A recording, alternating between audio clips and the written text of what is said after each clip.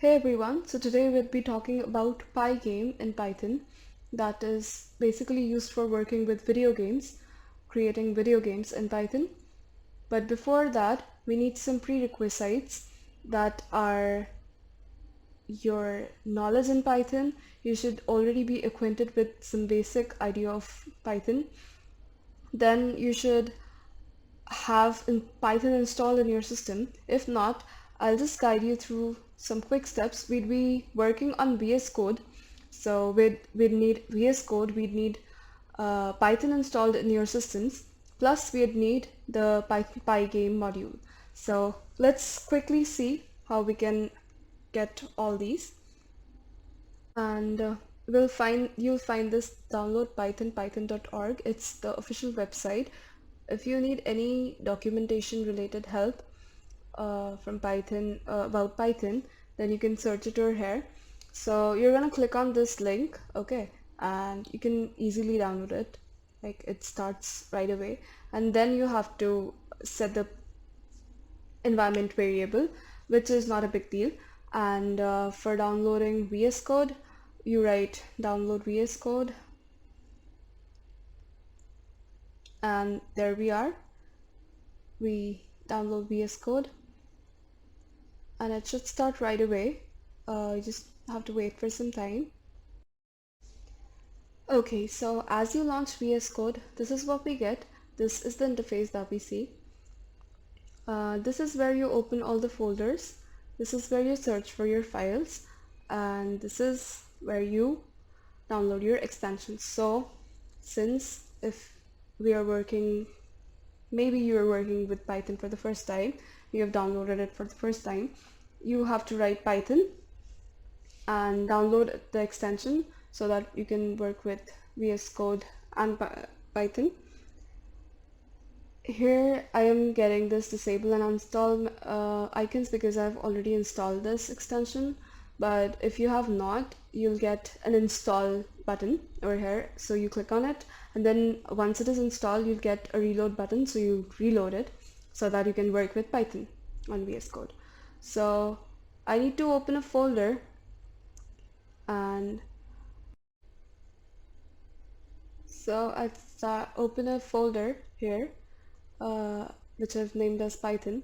It's an empty folder I made on the desktop, a very simple one. It contains nothing, and it'll get opened as soon as I click on this. And then we will add a new file. This is how we add a new file. We'll name it first.py. You always need to give extensions. .py is the extension for a Python file. You tell VS Code that you're going to work with Python. You might say that you only have Python extension, so why do we need to mention .py? But maybe when you learn a lot of languages, you have a lot of extensions. Then it would be a confusion for VS Code what file you're working with.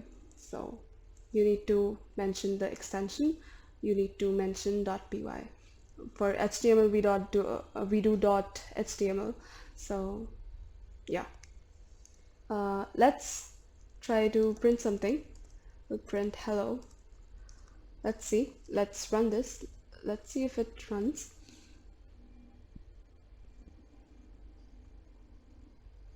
And we have our hello printed. Cool.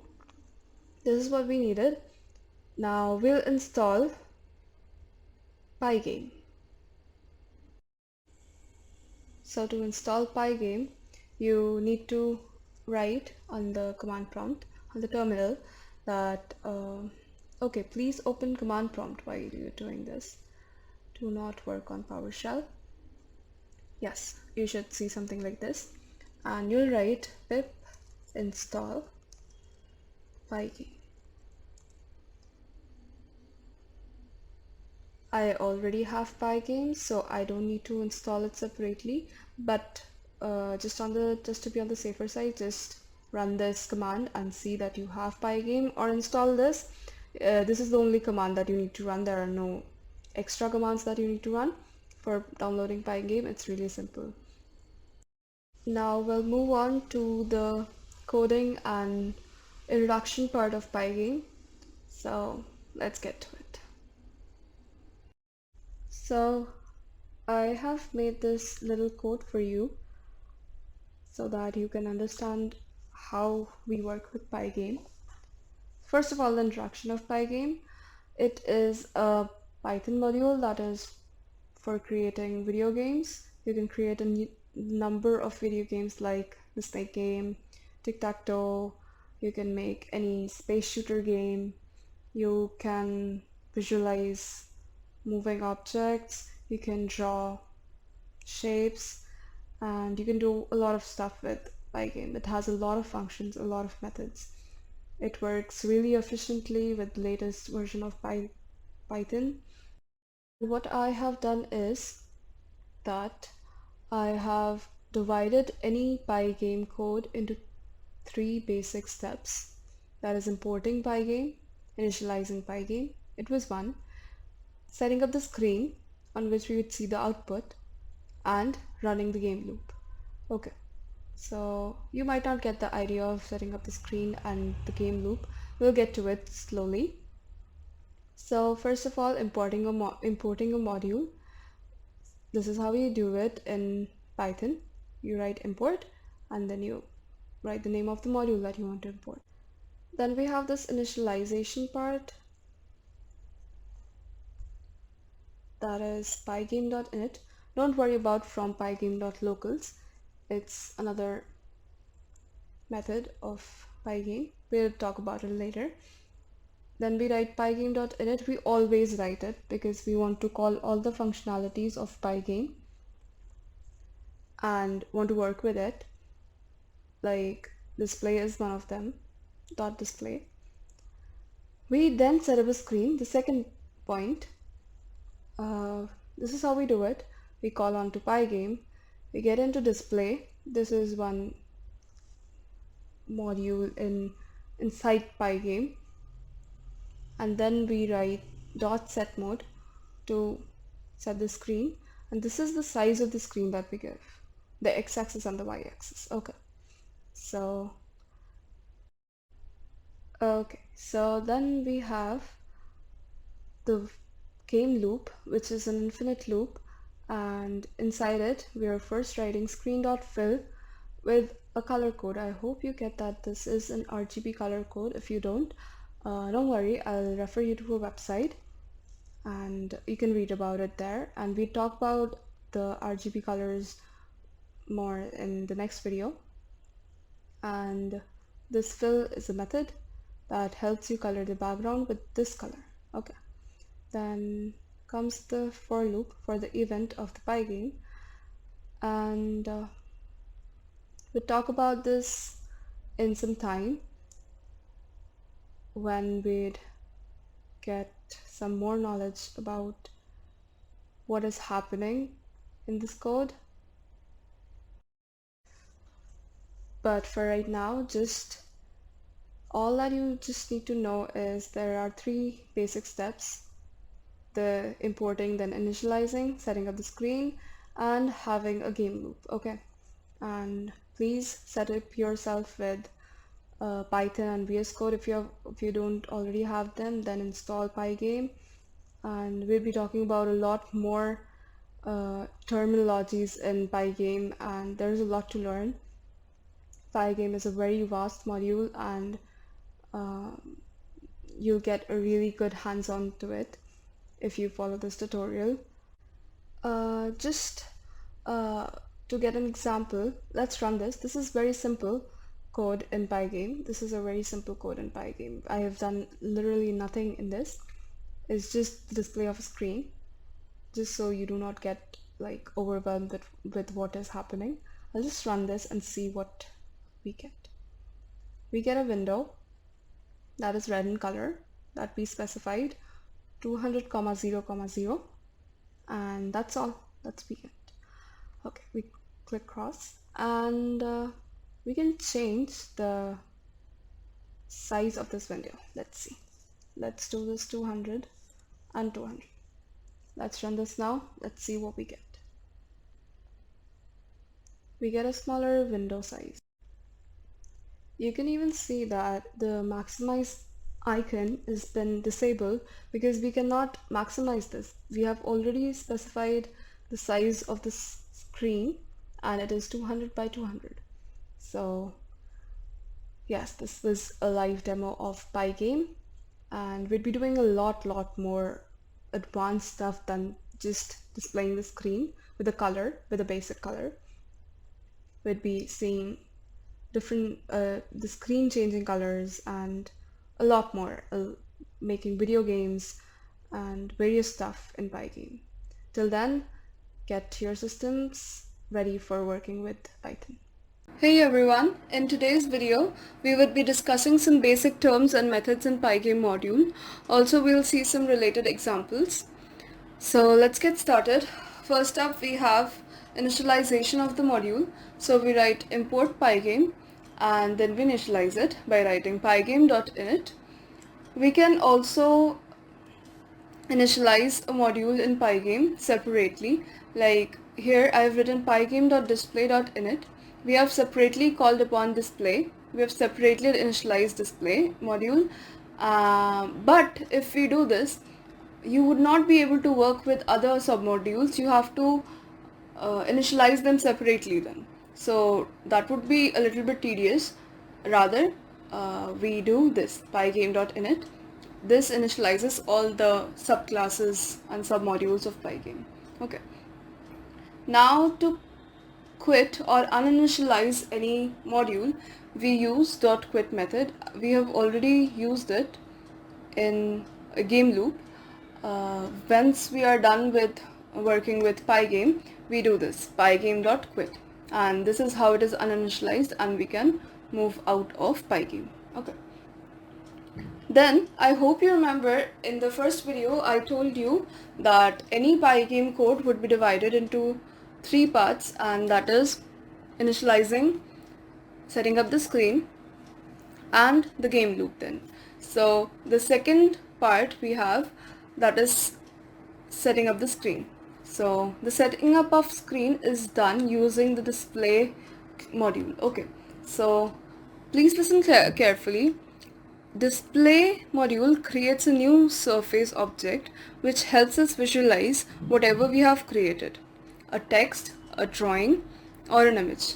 It can be anything. Okay. And display method helps us visualize what we have created on the screen.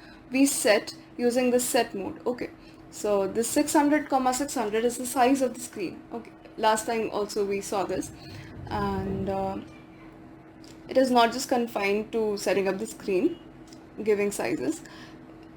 It has methods like getInit. GetInit gives us a boolean response, returns a boolean response which tells us if the display module is initialized or not. It has quit, of course. It has init to initialize, and it has getSurface method which gives reference to the current window. Okay, so if you don't get this right now, it's alright, because we have not seen any example related. Once we see that, you'd be a little bit clear with it. We have flip and update. There's a difference between flip and update, although they are a little bit similar. What does flip do? It updates the entire window. Okay, but update updates only portions of the window. Okay, which are specified, and whereas flip doesn't do it. So you can say that update is an optimized version of flip. So we usually use update so that less memory is used. Okay. Then we have fill method, which fills up the screen with some color. Okay. So we are done with the second step. Let's move on to the third part. That would be rect. Like, I would discuss the rect module. The rect class in Pygame is used to manipulate rectangular surfaces and store those objects. We can make copies of those objects, move them across the screen, and do a lot of things to manipulate them, edit them. Okay, we always use rect if we want to work with something that requires another surface or layer, while writing a text, while working with an image. For example, here we are working with an image. Okay, I have loaded the image. Okay, don't worry, this is another subclass. Image is another subclass in Pygame, and I have loaded it. Okay, simple. And then what I have done is I have made another variable which is been declared a rect class object. Okay, ball.getRect. This is how I have declared it as a rect class object, and what it does is it loads this image on a rectangular surface. Okay, so that we can view it on the screen. Fine. So this is one functionality of rect class. Okay, we can even copy this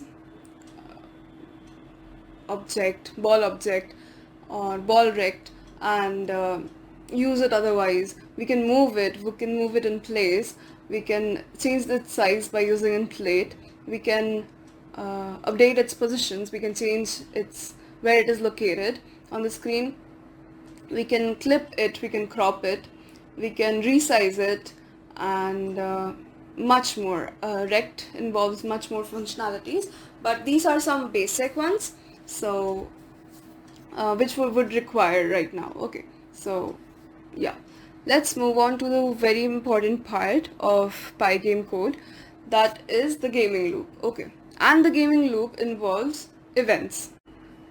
Every action in Pygame is named through a queue. Okay, a queue is a list which follows first in and first out principle. I don't know if you know about queue or not. It's a data structure, and it follows first in and first out principle, and it's just a simple list where insertion and deletion are done from different ends. Okay, so just treat it like a list, and all the events are stored into a queue. Okay, so every time we call if pygame.event, an action or an event from the queue is popped out and been carried out. Okay, it has been handled. The instructions are been carried out, so that we do not face any loss of event, as the queue might get filled over time. Okay, and following this, an event can also be an input from the keyboard. So to deal with keyboard inputs, we have a different subclass, that is key. Okay, so whenever we call this pygame.keyDown and key up, whenever a key is pressed, these are automatically called up. Okay, and this then helps pygame.event to carry out the definite or whatever event is said to be carried out. For example, I have written down a little bit of code for you, which is talking about how key down and key up works. So here I have just written pygame.keyDown because key down and key up are simultaneous processes. As you press a key, first key down is called, and then you release it, then key up is called. Okay, so you don't need to write it like separately, pygame.keyDown or key up. I have just written key down. Okay, and if the event.key, okay, is ka, this is the way of telling that the key pressed is a. Okay, and this is the way of telling that the key pressed is 0. You can have it for all the keys on the keyboard. Okay, so, or else if not something else is pressed, you output a key was pressed. So let's run this and let's see how it works. Run this, and yeah, so now I'd press A, so A was pressed, it outputs A was pressed. I hope you can see it. Okay, then when I press 0, it shows 0 was pressed. If I press E, a key was pressed because I did not mention anything for E. Okay, So yeah, let's stop this and let's go back to our initial page. This is how we work with keys, and keys have a lot of other methods, like get focused is there if we to check if we are receiving keyboard inputs properly from the system. We have get pressed, like to get the state of all the keyboard buttons. Then we have name. Each of these keys have an identifier, so we get that identifier from this. We get the key code. We can get the key code from the name. This takes an argument, and from the name we can get the identifier. Okay, and so we have other methods also. We'd see them once we use them in further examples. Okay, so coming back to the game code, that was we had initialized the ball image, and then we are working with getting it on the rect class. Okay, we have got it on a rect class object, and I have mentioned the speed. This is 1,1. It works as an argument of rect class method move. Okay, so what I've done is I've given speed as an argument, so it shows that the x-axis, with respect to the x-axis, the object would be moving 1 units, and with y-axis it would be also moving 1. Okay, so rectangle would always have on a plane, it would always have 4 points: the left, right, top and bottom. I hope you can imagine it. And when the left point is less than 0, the speed is the 0th coordinate, like this 1, is changed to -1, because we need to oppose the motion now. Okay, or even when this happens when it's to the extreme right, like it is more than the size of the screen.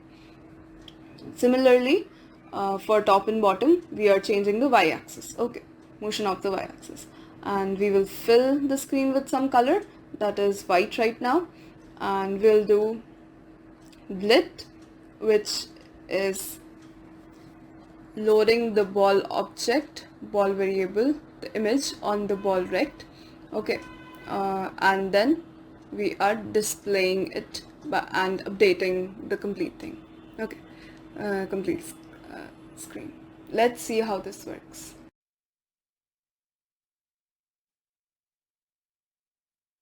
If we, this is a random motion, if we make 0,1, so it should only move along the y-axis. Let's see if it does so. Yeah, it is moving along the y-axis. Okay, it's not traveling anymore. And what if we make this happen? It should just move along the y-axis, but with more speed. Yeah, it does. Okay, so that's pretty much it.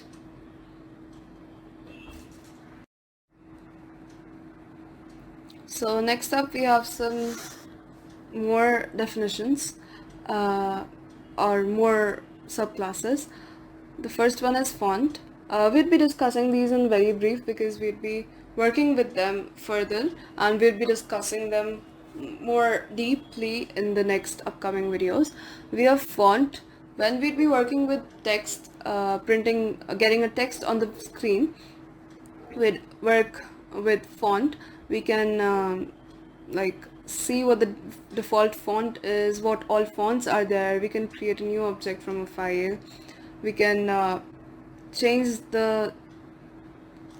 edit the text, the style of the text. We can style it. We can make it bold, we can make it italic, we can underline it, we can see what the size is, we can see the ascent and descent of the text, and we can do a lot more. Then when we'd be working with images, we'd be using this image class and image module, and we can load and unload an image, we can change its format, we can save the image, we can crop it, Then we have time. We can keep a track of for how long the program has been running. We can change the frame rates. Then we have music module to work with audios, and we can rewind, we can stop, we can play the audio, and we have even the draw module to draw shapes like circles, polygons. We can even draw a line and curves. And so this is pretty much about the very basic and startup things and the startup modules that are available in Pygame. Hey everyone! In the last video we discussed about some Pygame modules in brief. Now it's time we put that to use. We would try displaying some text on Pygame window. Let's get started. I have initialized Pygame as usual, set up the screen, and then is the new part. I have used font module by Pygame. We have used sysfont then, which takes in attributes like the font style, size of font, mentioning about the italics and bolds. It is an option here if you are mentioning about italics and bolds, but you have to mention the font style and the size of font, otherwise you'll get an error from sysfont. If you do not mention about the italics and bolds, they are false by default. We have a lot of system fonts. Let's take a look at them. If you run this piece of code, pygame.font.getFonts, you will get a list of all the fonts that are available in the system. Here it is. You can use any of these fonts to design your text. Firstly, I'll just walk you through the basic code. After that, we'll add some more functionalities. So after creating a font object, I declared a text variable which would create a new surface with given text rendered on it. I hope you get this. It would create a new surface with given text rendered on it. Then we call the rect class object to see the text on Pygame window. Last time we discussed the rect class in detail. I hope you understand what is happening over here. Then is the infinite loop. You will fill the screen with some random color. Use blit from surface class to get the text and text rect on the window. That is to draw text on text rect. Okay. After that, we have event in pygame.events, which updates and runs the given command until we quit. Okay. So let's run this and see what we get. So on running this code, this is what we get. We have the text at the extreme left of the screen, but what if I need it in the center of the screen? So let me change a little bit of it and see if I can bring the text in the center. For that, we have text rect.center. So I brought the rectangle surface to the center by using this method, and I have specified the coordinates as the center of the screen. The size of the screen is 500 by 500, so I've divided it by 2 and we get to the center. Let's run this now and see what we get. Voila, we have the text at the center. Now let's see what else we can do. We can set a caption to the Pygame window. We use pygame.display.setCaption. We can also underline the text that we have by font.set_underline as true. And let's run it and see what we get.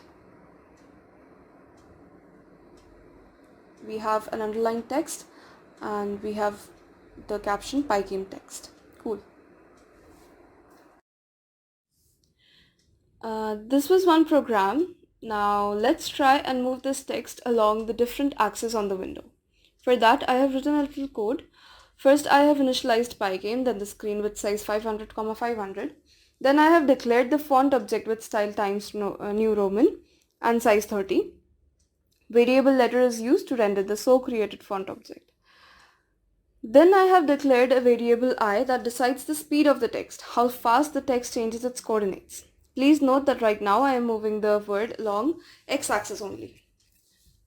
So entering the game loop now, there is a condition. If I is greater than 500, that is the length of the screen, please see that the length of the screen is 500. When I is greater than 500, I is equal to 0. We make I equal to 0. This means once the text has traversed complete length of the screen, we want to see it appearing from left again. And the time gap between this action is of 5 milliseconds. I have done this using the time module of Pygame. So pygame.time.wait 500 gives a gap of 5 milliseconds between these two actions. Then comes the win.fill. So I have colored the background white with fill. Now comes the tricky part, rather not tricky part, but you would need to visualize it a little. So here in Blit, we have used the font object and rect class object always. But this time I have taken no rect class object, as you can see, but I have given coordinates I comma 0, which shows the origin because I is equal to 0 for right now.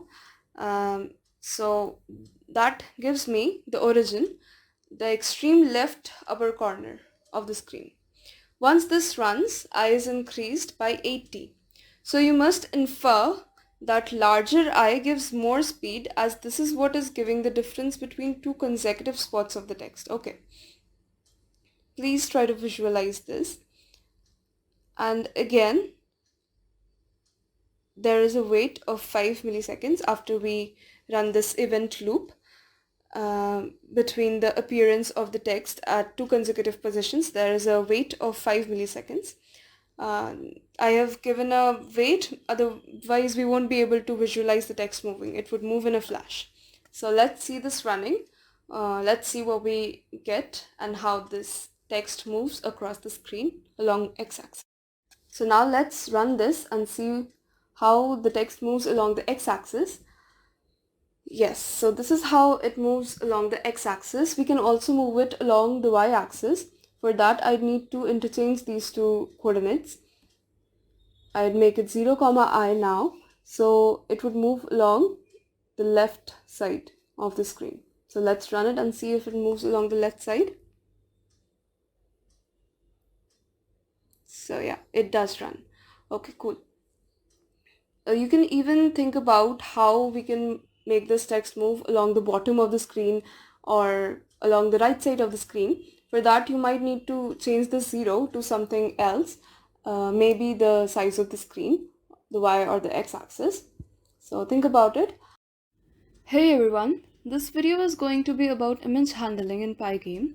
We would load an image, see it scrolling across the screen, rotate it and scale it. And also we would talk about the transform module, which is readily used with images in Pygame. So let's start with normal image loading. I have initialized Pygame, declared the screen, and in the fourth line I have used the load function from image module by Pygame to load the image. It takes one argument, that is the name of the file or path. Let's keep it simple for now, just use the file name. This is the image we would work with. Then is our normal game loop. I have colored the screen white with fill, used Blit to get the image at the provided coordinates.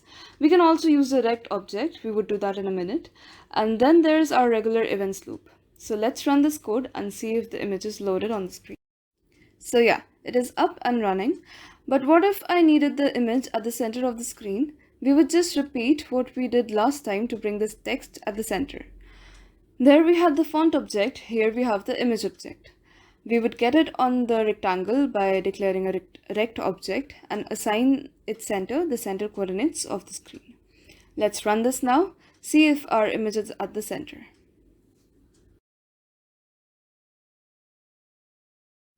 So yeah, we have our image at the center of the screen. Cool. What if I want to move this image across the screen? For that, we would repeat exactly what we did for scrolling the text. You can see here I have taken the speed determining I variable, put up a condition, given a wait of 5 milliseconds, incremented I by 80. It's exactly the same. It's just that last time we had text object, now we have image object. So let's see how it moves. Here, you can see the picture moving across the x-axis. You can also try it moving across the extreme left. You can try moving it in the bottom, along the bottom, and along the right side too, just like we did for the text. Now let's try to rotate a still picture. For this, we would use the transform module. As you can see, I have loaded the image. In the 7th line, then I have used rotate function by transform. It takes two arguments, the object you want to rotate and the angle by which you want to rotate. The positive angles rotate anti-clockwise, and please note the angles are in degrees.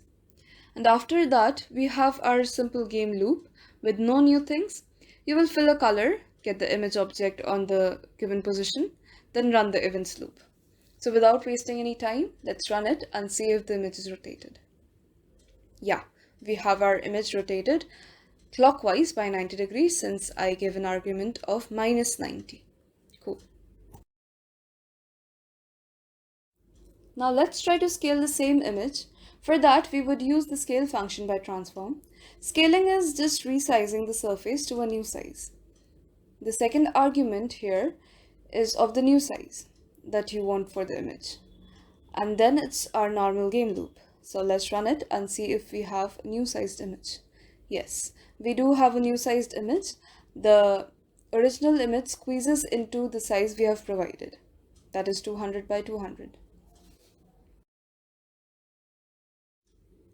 In the last two programs, we used transform module. This module has some more functionalities. Let's look at them. So I have loaded an image. It's the same program as of the first one. And use the flip function now by transform. So it takes in three arguments, the surface you want to flip and the axis about which you want to flip. I have flipped it about x-axis as the second argument is true and the third one is false. If I run it, my picture is flipped about x-axis. You can do this for y-axis as well. Then you can even set both of the arguments as true.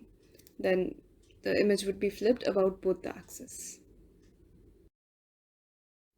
Next up, we have the roto zoom, which is a combination of rotation and zooming in the image. Of course, the function itself, the name of the function itself explains it. It takes three arguments as well, the surface you want to work with, then the angle of rotation, and then the zoom in factor, which takes a float data type. So you can give in arguments like 1.5, 2.5, and 2.25, etc. You can give in a float data type. It is not just confined to integers. Fine, let's run it and see what we get. So we have our picture zoomed in by 1.5 and it is even rotated by 90 degrees. You can even rotate it by 180 degrees, not a problem, or by 360. Then you'd get the same image again. Now, if you want a picture double the original size, you can use the scale 2x function.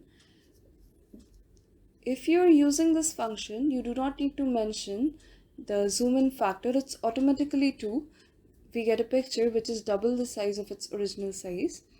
So let's run it and see if we have what we are expecting.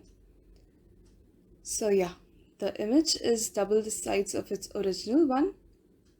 Transform also has this average color function, which gives you the average color of the mentioned surface. Now, if I print this, for the current image, it comes out to be this color. There's a color, this is an RGB format. So yeah, this is one color that we get. It is the average color of the given image. So in this video, we worked with the image and transform module. Next time, we would work with the music module in Pygame. Hope this video helped you. Thank you. Hey everyone. So today we'd be talking about the music and mixer module in Pygame. They go very hand in hand. The mixer module has many modules like music, sound, channel. Today we'd be talking about only the music module. I could have used the sound module as well, but the music module is more versatile. They eventually turn out to be similar, although the way they work is different. So what the mixer module does is, it helps to control playback of the streamed music. We won't do anything tedious today. We would just learn some functions by music module and write a code to understand how they work. So the first function we have in music module is load. As we had load in image module, just like that, here the load function loads the music file and prepares it for playing. It doesn't play the music.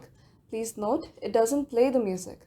If music is already playing, the load function would stop playing it and restart everything. Then next, we have the unload function to unload the currently loaded music file and free up space and variable. Then we have the play function, which is used to play the music once loaded. So it takes in 3 arguments. They're not mandatory, but you can give at most 3 arguments.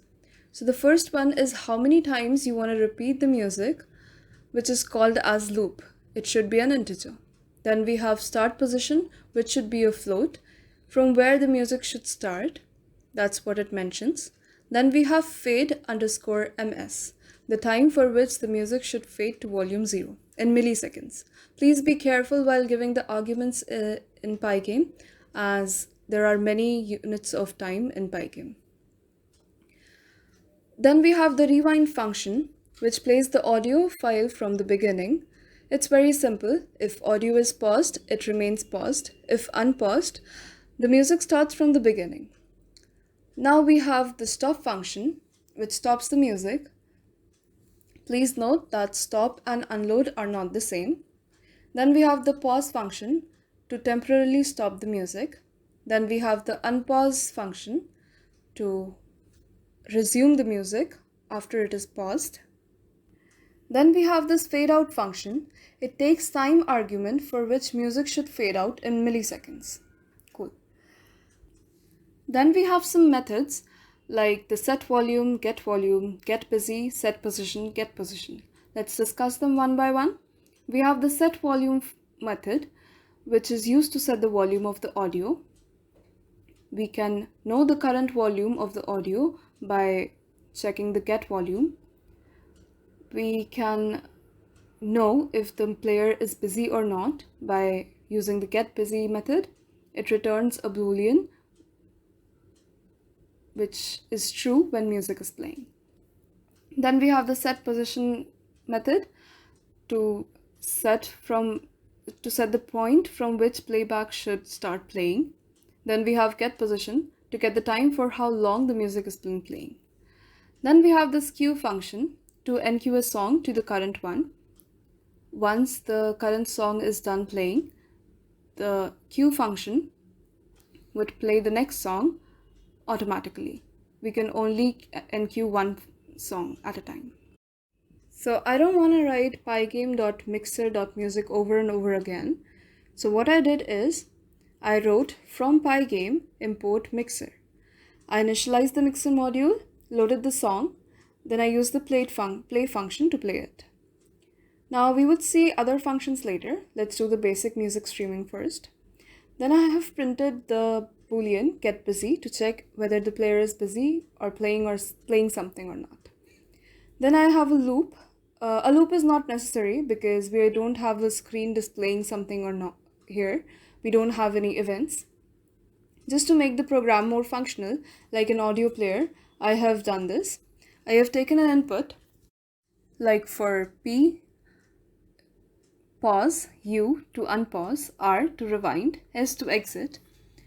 Then I have these conditions to pause, unpause, rewind and exit according to the input. So if I run it now, you would hear an audio and it's the song.mp3. It's right here in the Python folder. So let's run this code and see if we hear an audio.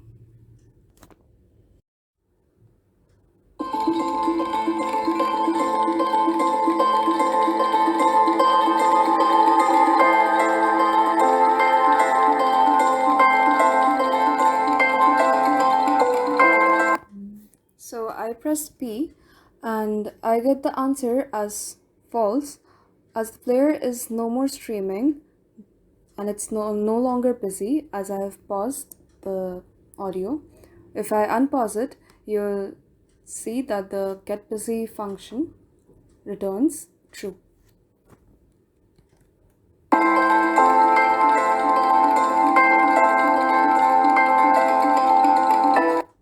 So I've stopped the function and it returns false. The getBusy method returns false as the player is no longer playing the music.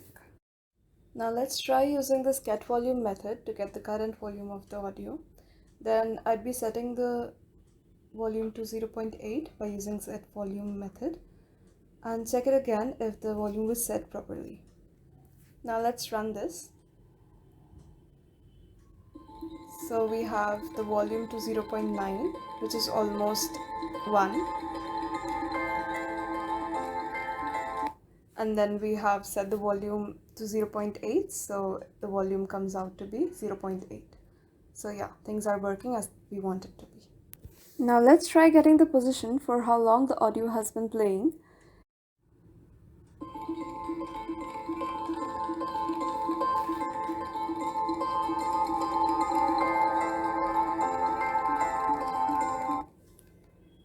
So the audio has been playing from 1 milliseconds. The output is 1 millisecond. If more functions are being called out, the time would increase. Now let's try doing the fade out function. So I have written mixer.music.fadeout and written 10,000 in the argument.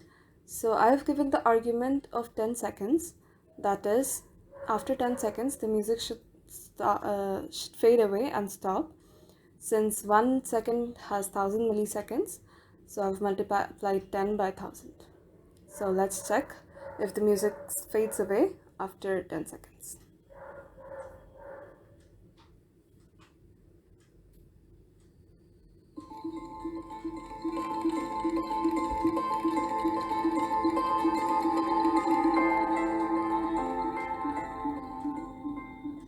So yeah, the music did fade away after 10 seconds.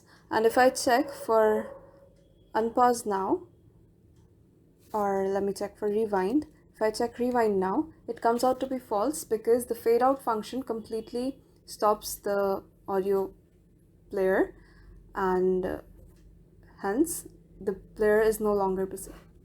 Now let's try the set position function. I have given the argument as 120 seconds. So I want the music to start from 2 minutes, from the position 2 minutes. Let's see if the music starts midway. Let me run this.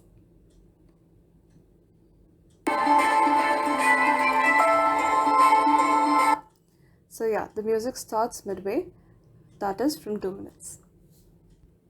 Now let's use the cue function. I'd be writing mixer.music.cue and I've mentioned this next song.mp3. It's also in the Python folder. You can see it over here. I don't want to wait for like 2 minutes to listen to the entire song. Then I'd check if the song is queued and it has been played automatically.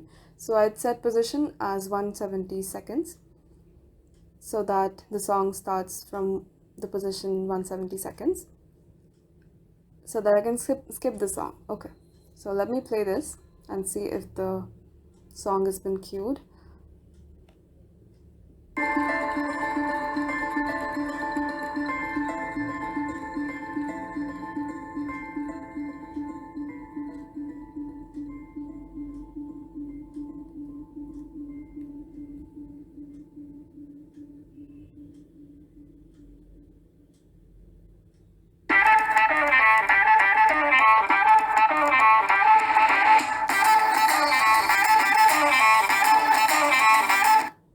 So yeah, the song gets unqueued and it has been automatically played without any indication.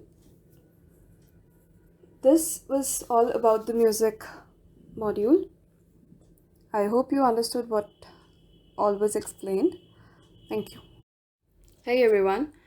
So till now we have talked about the font, music and image module in Pygame. It's time we get a little bit inclined towards the video game creation part of Pygame. In this video we won't be creating a video game, but yeah, we would be doing something related. we would try to see a snowfall. We would try to create our own snowfall on the Pygame screen. So if I'm talking about snow falling, then it should make sense to you that we would do something related to the moving text or moving image, but along the y-axis. And if it makes sense to you, if you're able to think about that, then yeah, you're on the right path and you have actually understood what has happened till now. And a little bit prerequisite for this video would be the knowledge of the random module. If you don't know about it, it's all right. I'd be telling you about random module. Moreover, we would just be using a function from random module. I would need random module. Just think about it. Why would I need random module? Because I want snow on random spots of the screen. Okay, so that's why I'd be using the random module, so that I can have random coordinates. All right. So let's get to the code right away. It's going to be very easy. So first we have the basic 3 steps. I hope you remember. The first step is initializing Pygame. I have done so. Then I have imported random module just so I can take random spots, random coordinates. Then I have the step 2, setting up the screen. Then I have taken up a list, snow. So what I would do is I'd append some coordinates in snow, which at which I would need the snow, at which I would draw the circles. Okay, so I have run this for loop. Okay, for range 50, the length of the list would be 50, and then I have picked up a random number. This is what rand range does in random module. It picks up a random number from the given range. And similarly for y coordinate also. And then I'd be appending the list to the snow list. So snow becomes a 2D list just like this. I hope you get it. And so we have a list that has some random coordinates. Okay. Then I have set up this clock object from the time module so that I can work with the frame rate later. You'd get the purpose of this later. I'll tell you later at the end of the program. Now is our third step, the game loop. So then we have our events loop as usual. I have filled the screen with white color. You can also take black color and white color snow, doesn't matter. Now is the main part. For ice in range length snow. Now we would be traversing each element of snow and draw a circle at that coordinate. Okay, so for that I have written pygame.draw. I have used the draw module and used the the circle function from draw. So this is the screen, the surface on which we want to draw. Then I've mentioned the color. I want blue circles, and then the coordinate would be given by snow, ice. Okay, and the radius would be 2 pixels. Since I want the snow to fall along y-axis, I'd be increasing the y-axis. You can see like the y-axis would be given by the ice element's first element. Okay, this might be a little jumbling. How do you access a 2D list? You go to the first number, like I go to the iced element, and then go to the first element inside that list. So this becomes the y coordinate of the random point. Okay, cool. So I'd be increasing that by 1 each time. Okay, because I want the next spot to be just below it. I do not change the x-axis, but I change the y-axis because I want the snow to fall down. Now there is this corner case that if the coordinate now becomes greater than the screen size, which is 400 right now, then what I'd do is I'd pick any random number. Again, I'd completely change the coordinate. I'd pick any random number from -50 to -10 because I want the snow to fall from the top and not from any random point and not from in between. So that's why I've taken this negative range, and I'd reassign the value of the x coordinate also, since it's ice and 0 in square brackets. Then I update the display. You can also use flip here, not a problem. Then I have used this clock object and use the tick function so that I can set up the frame rate. By default it's 0. If you do not mention this, the snow would fall in a flash, like it would look like it's running, the snow is running. It won't make any sense. So the larger the frame rate is, the slower is the snowfall. Okay, so let's check it out how this works. So we have our snow falling very properly, just randomly from anywhere, as snowfall is. You can also take up different colors, like let me change the color here. Let me do black and make this circle of white color. So let's run this. Yeah, this also looks nice.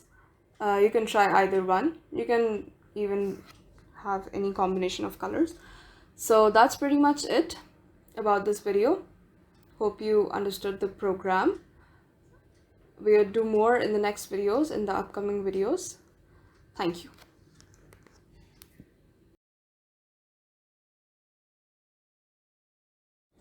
Hey everyone!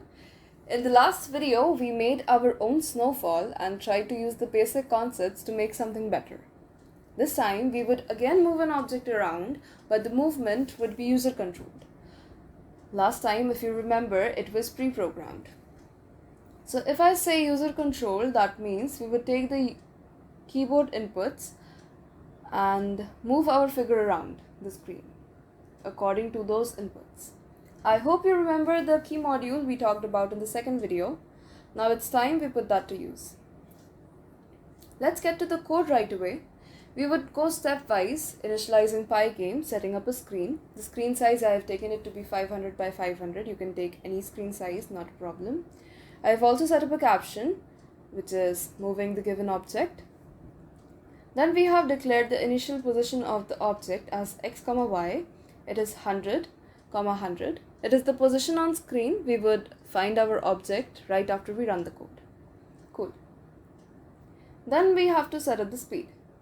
The speed by which the object would move. The speed by which we want the object to move. So it is set up to 3, which means the object should be displayed by 3 units along the given axis on pressing the respective key once. Then we have the size of the object. I have tried to make a man figure with a circle and rectangle. It's my object. That's what I want to move around. So this width and height is for that rectangle. If you didn't understand, you would get it when I draw the figure. Okay. So then we have our game loop, the regular one. I have given a time delay of 10 milliseconds so that object doesn't run and we can observe the defined speed properly. Delay is used to pause the program, and so we have a refreshed screen after that. Then we have our events loop, used for handling events, and quit the program if asked to do so. Then I have taken a key variable that would contain a list or sequence of the status of all the keys on the keyboard. Key is a list of booleans that can be accessed like this. We just access it like a normal list, but the indexing is done using the key constants. So this is done with the help of get_pressed method. The one key that is pressed, its state is true. Other keys have a false state. So I have these 4 conditions. My object can move around in only 4 directions: left, right, up, and down. So accordingly, I have these 4 conditions. When I press the left arrow key, I will reduce the speed units from current x coordinate. When the right arrow key is pressed, I will increment the x coordinate by speed units. And similarly, for going up and down, I decrease or increase the y coordinate respectively. I would print what arrow key I have pressed, or so that it is easy for you to understand and there is no confusion. This x greater than 0 and x less than 500 minus width, then y greater than 0, y less than 500 minus height. These all conditions are used to keep the object within the screen so that the object doesn't run out of the screen. So that should be easy to understand. Now, this is the code for making my man figure. So it's just a circle on a rectangle. So you use the rect function in draw to draw a rectangle. Here x comma y are the coordinates or position of the rectangle, and width and height are for the size. Then there is a circle. Now to place the circle right on top middle of the rectangle, I found the mid of the width and also reduced y-axis by 5 so that there is just an overlap of 2 units between the rectangle and the circle. I hope you understand the height of the rectangle was 7, and if I reduce the y-axis, this 7 by 5, there is an overlap of only 2 units. Hope you can visualize it. Then we update the program and let's run it.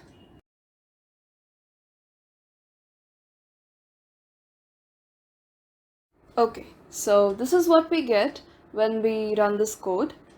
We find our object at the initialized position. It's 100, 100. It's at coordinates 100, 100.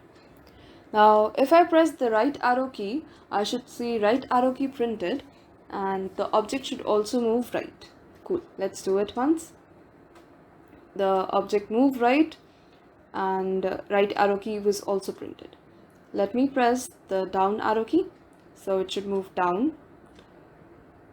It moved down. The object moved down. Now let's try for left arrow key. We have left arrow key printed and it also moved left. Let me press left arrow key again. So yeah, it's going left. Again, I'm gonna press left arrow key. Yeah. So let me take it to the origin. Cool. In the next video, we would try to make the snake game. We would try to create that on our own, a video game, a live working video game.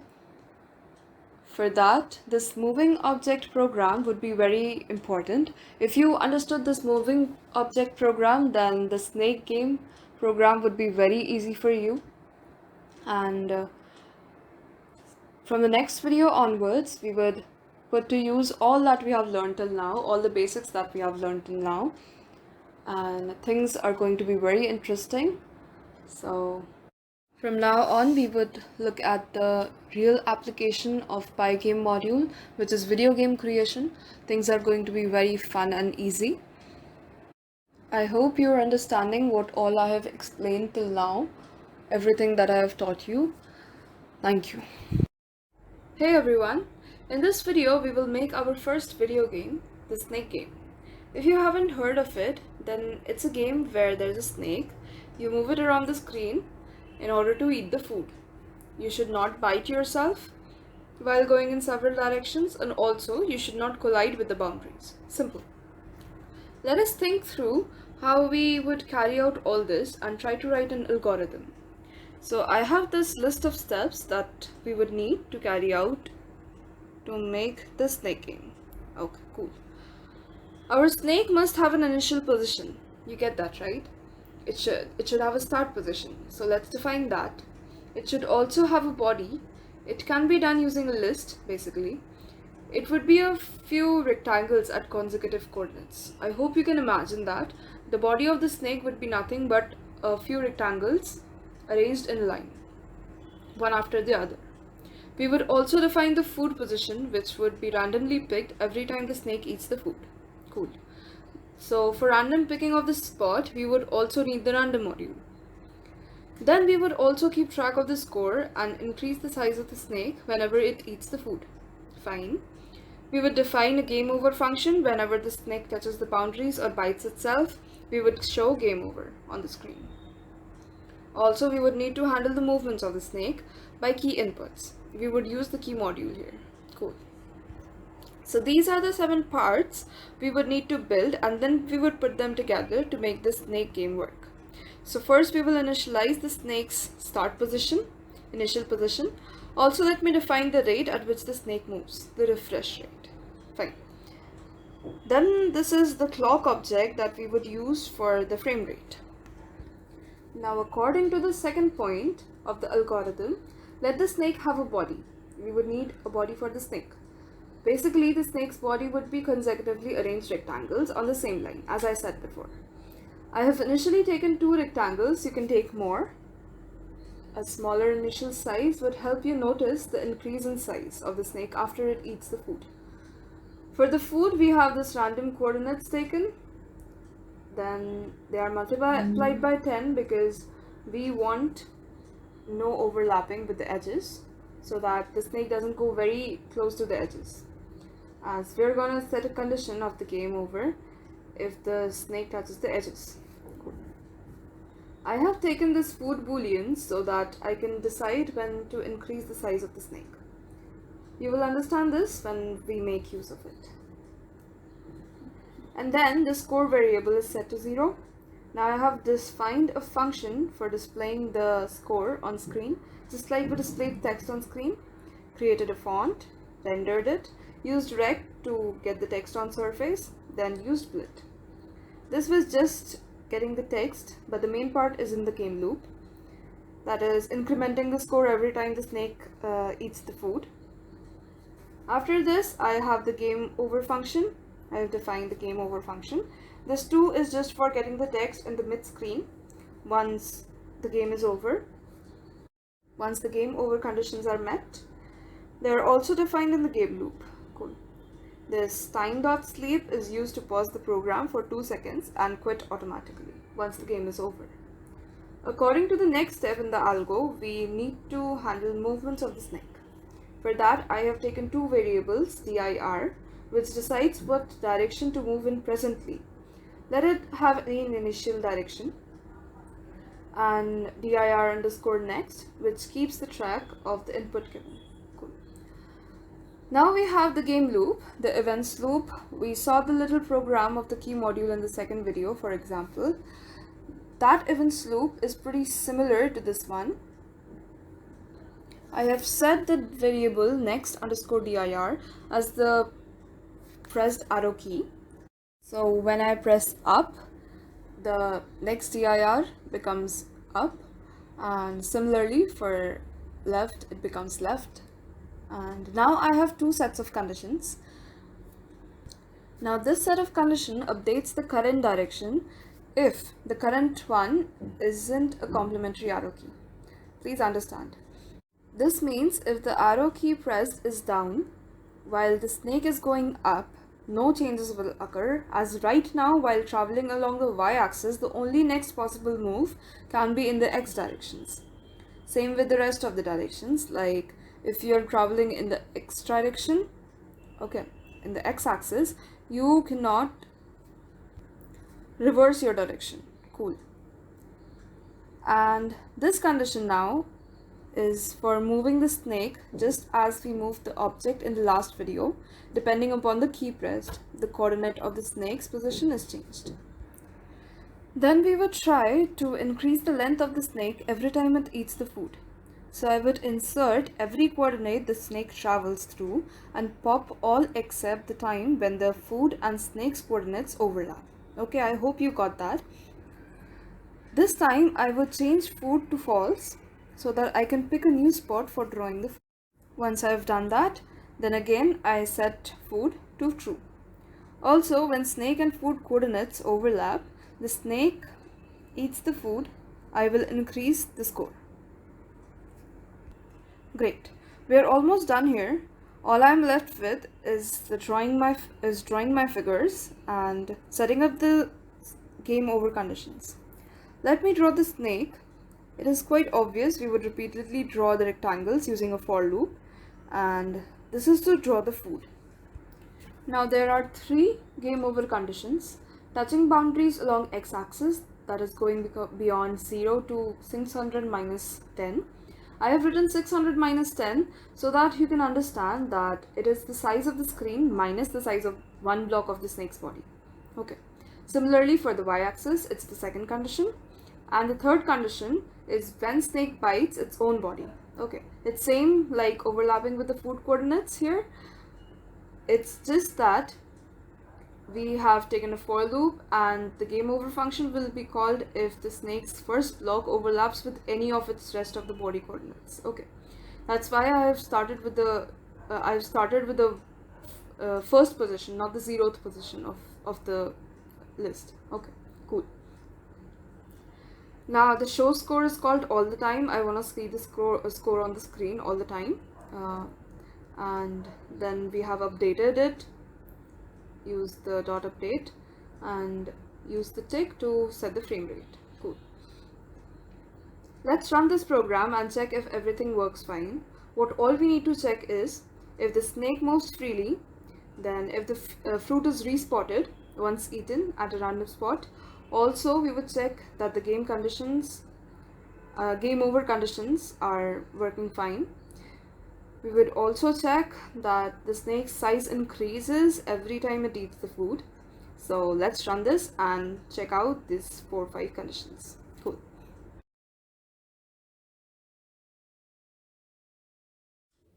So now if I run this, I can see my snake moving in several directions, eating the food is getting respotted. Cool. And yeah, the score is also getting updated. And let me see if it gets bumped into a wall, the game should be over. Before that, you can see that the snake is longer in size than it was before. Cool. So let me bump it into a one wall. Yeah, the game is over. Cool. And the screen also went away after my game was over. So this game can be more enhanced. You can print why the game was over, or you can put in some music when the game is over using the mixer module. Make a different function and call it in the game over function. This was the very basic snake game made by Pygame. Thank you.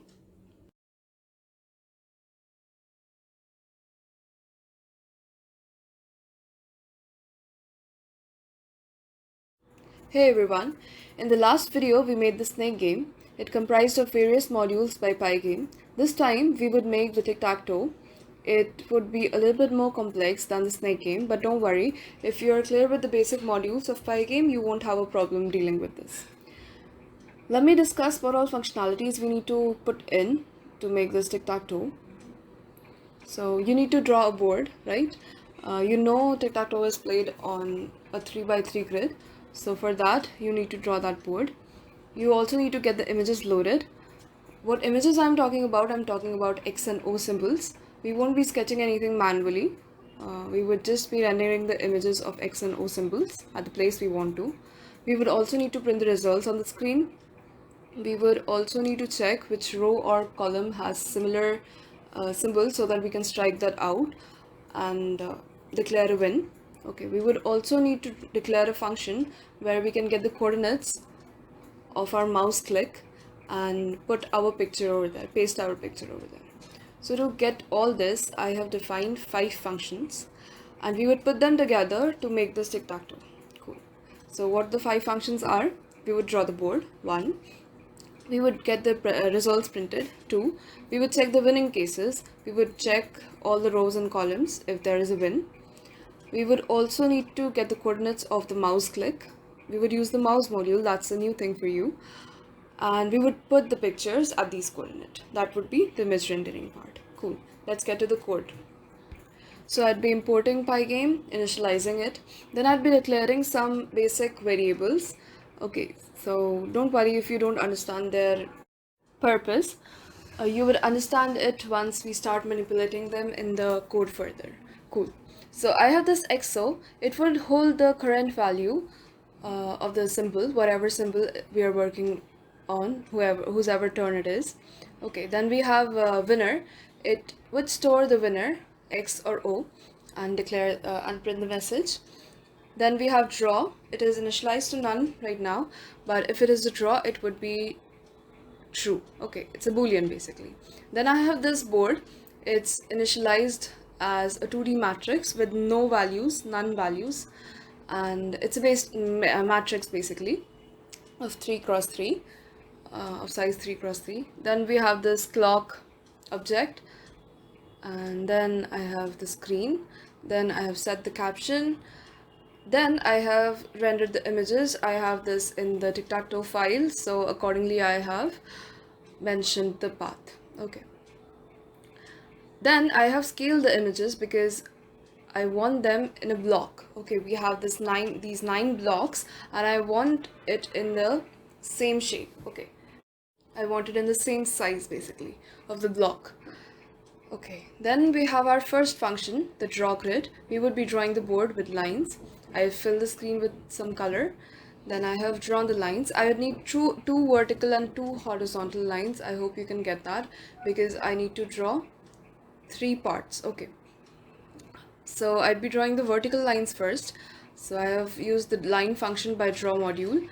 The screen is the surface I would need to make this lines on. Then I have given the color of the line.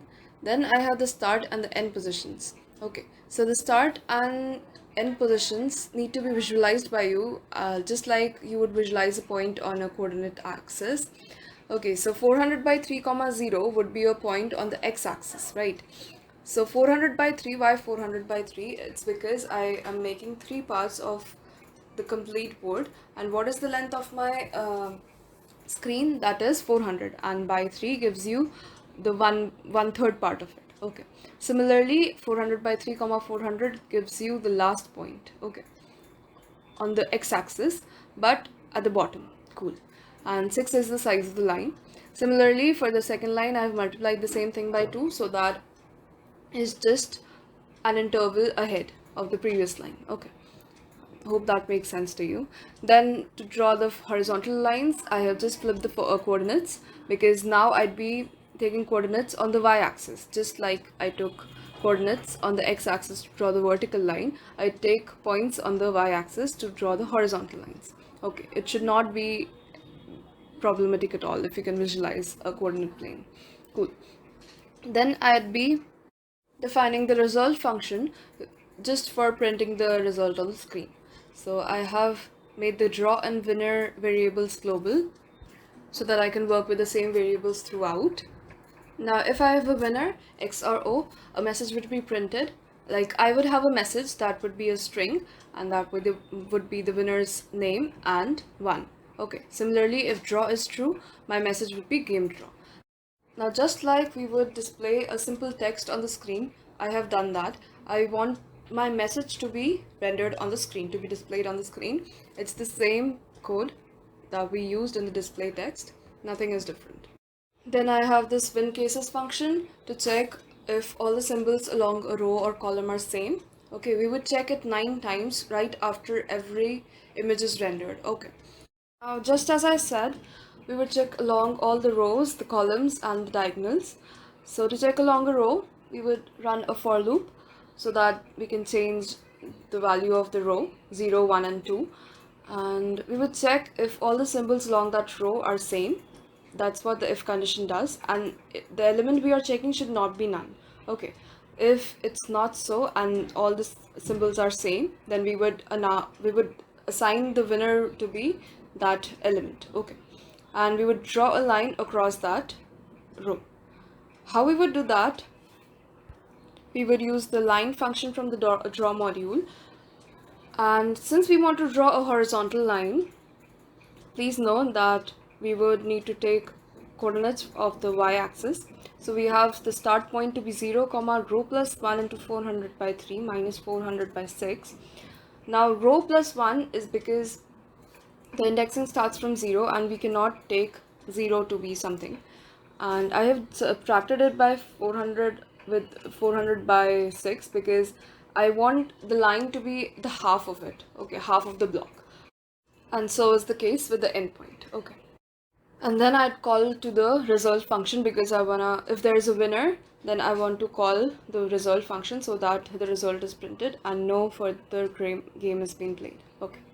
Similarly, for the column, I would have a loop to traverse through all the columns, and I'd check accordingly if along a column the symbols are same. Then I'd assign that value, that element, to the winner variable, and then I'd draw the line along that column. Since I want a vertical line now, I would be taking points on the x coordinate, okay, x-axis, sorry. And this start and end point again should make sense to you. Just as we did above, I want the line to be at the half of the block. Again, there is a factor of 400 by 6 subtracted from that value. Cool. Then again, I'd be calling out to the result because I want the results to be printed if there is a winner, and I'd break this loop. Cool. Then to check along the diagonals, I would have two diagonals. In a matrix, there are two diagonals, the principal diagonal and the other diagonal. The principal diagonal runs from left to right, whereas the other diagonal runs from right to left. And the conditions are very similar. You check along the principal diagonal if the symbols are same. If they are, assign winner that value, that symbol, and draw a line along it and call on to the result function again to print the result. Similarly for the other diagonal that runs from right to left. Now if there is a draw, then how would you check that? For all rows, if all is true, that means all the blocks are filled now and the winner is still none, then it's a draw. Okay, the draw boolean is now true, and you'd call on to the result function. What the result function would do is it would check the condition for draw, and the message would become game draw, and the text displayed on the screen would be draw. Cool. Now I have this getImage function which takes in arguments row and column, but you would not understand this until you understand this input to block function.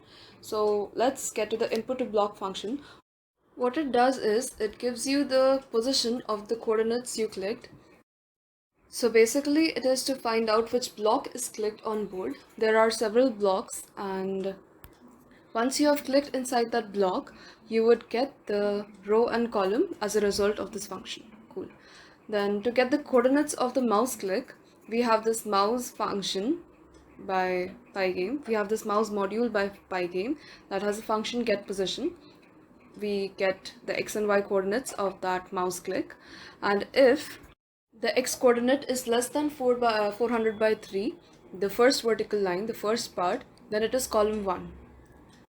Else if the value of the x coordinate is less than 400 by 3 into 2, that means it's less than the second partition but greater than the first partition, the first vertical line, then it would be column 2. Please note that I have used the else if condition for doing the same thing and not if, because I want to check the second condition only if the first one is not satisfied.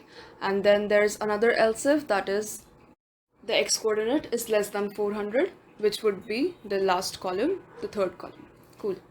Similarly, for assigning the row, I have checked the y coordinates accordingly.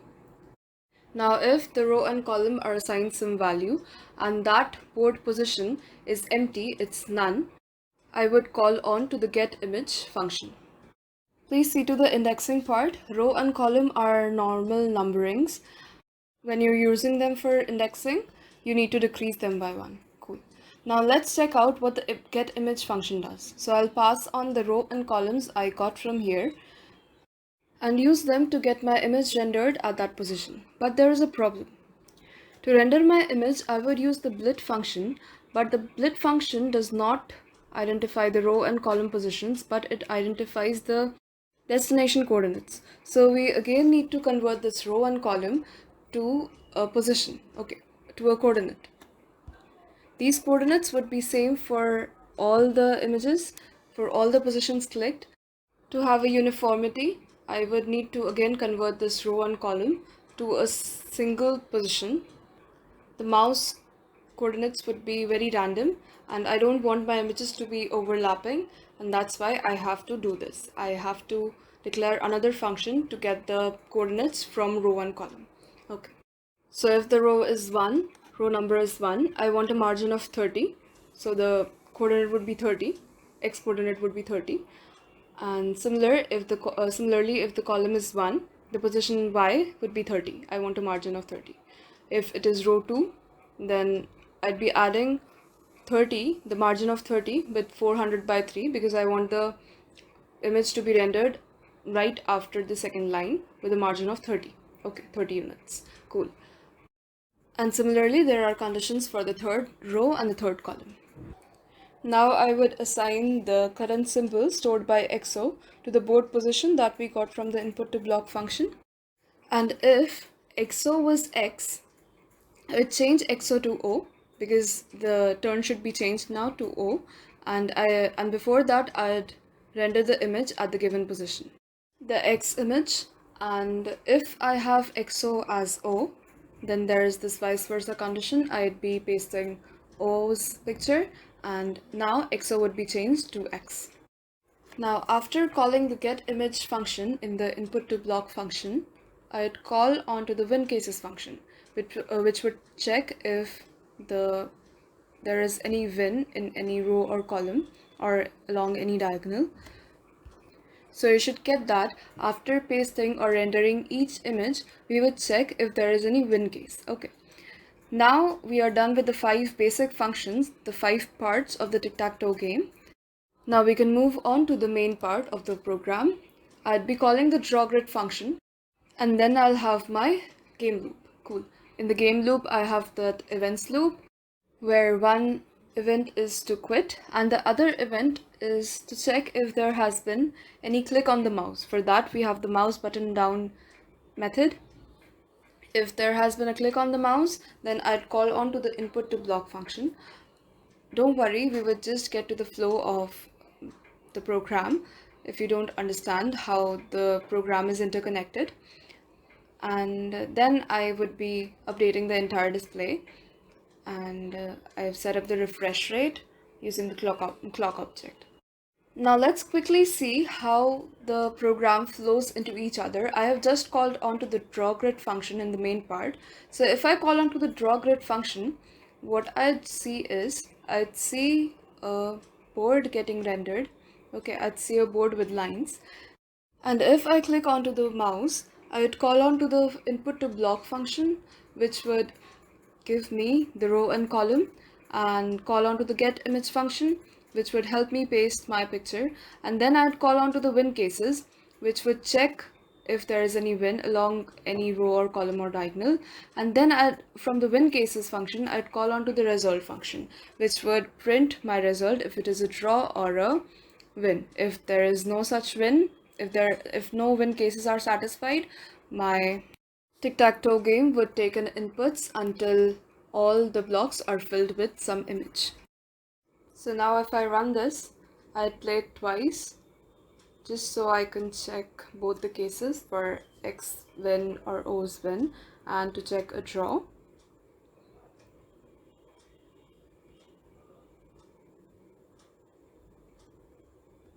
So this game is a draw, and if I play it again,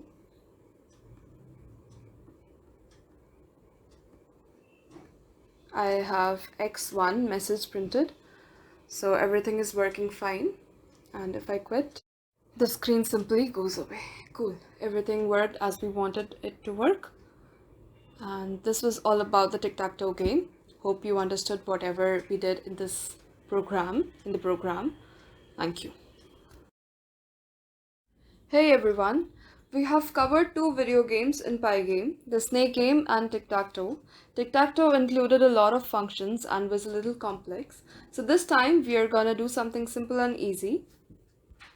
So see this video more like a practice session than a tutorial because it's just the new idea that we'd be implementing. The modules and code are similar and known. Okay. Making a program in Pygame is all about working with various modules together and going about those 3 basic steps. I hope you understand that by now. In this video, we would be making a color breeze. We would see a shade of color gradually changing to the other, and that color too would be randomly picked. It is going to be a simple program because after 2 video games, I wanted to give a pause so that things don't get too much to handle. Okay. So a color breeze basically means rendering different colors on screen. So we initialize Pygame, get the screen, declare the clock object. We've got C1, C2 and C3, which we would be randomly picking from the range 0 to 255. You can use the random range function or random int.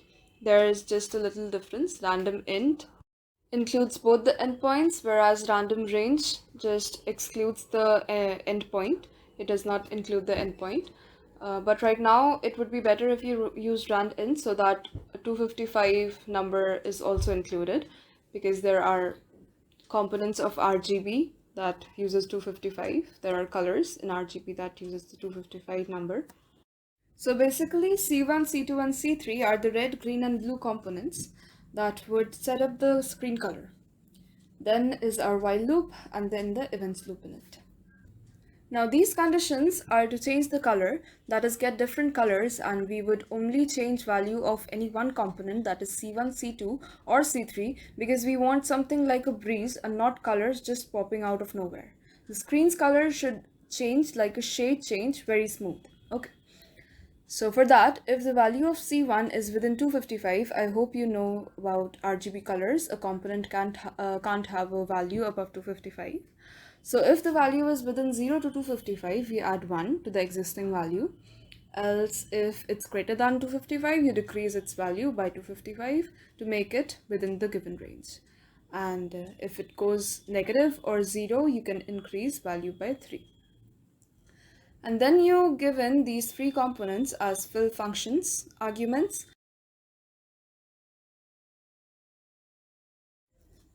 Now if I run this, the screen gets various colors, great, and the color transition is smooth as I wanted, but after some time this stops. What if I want to see this again or maybe restart the function? But I don't want to run this again.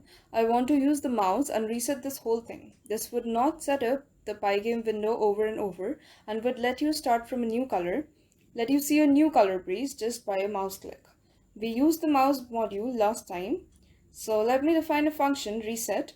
What reset would do is it would simply reset the C1, C2, C3 variables. So let me declare C1, C2, and C3 to be global variables and reset them just like this. Okay.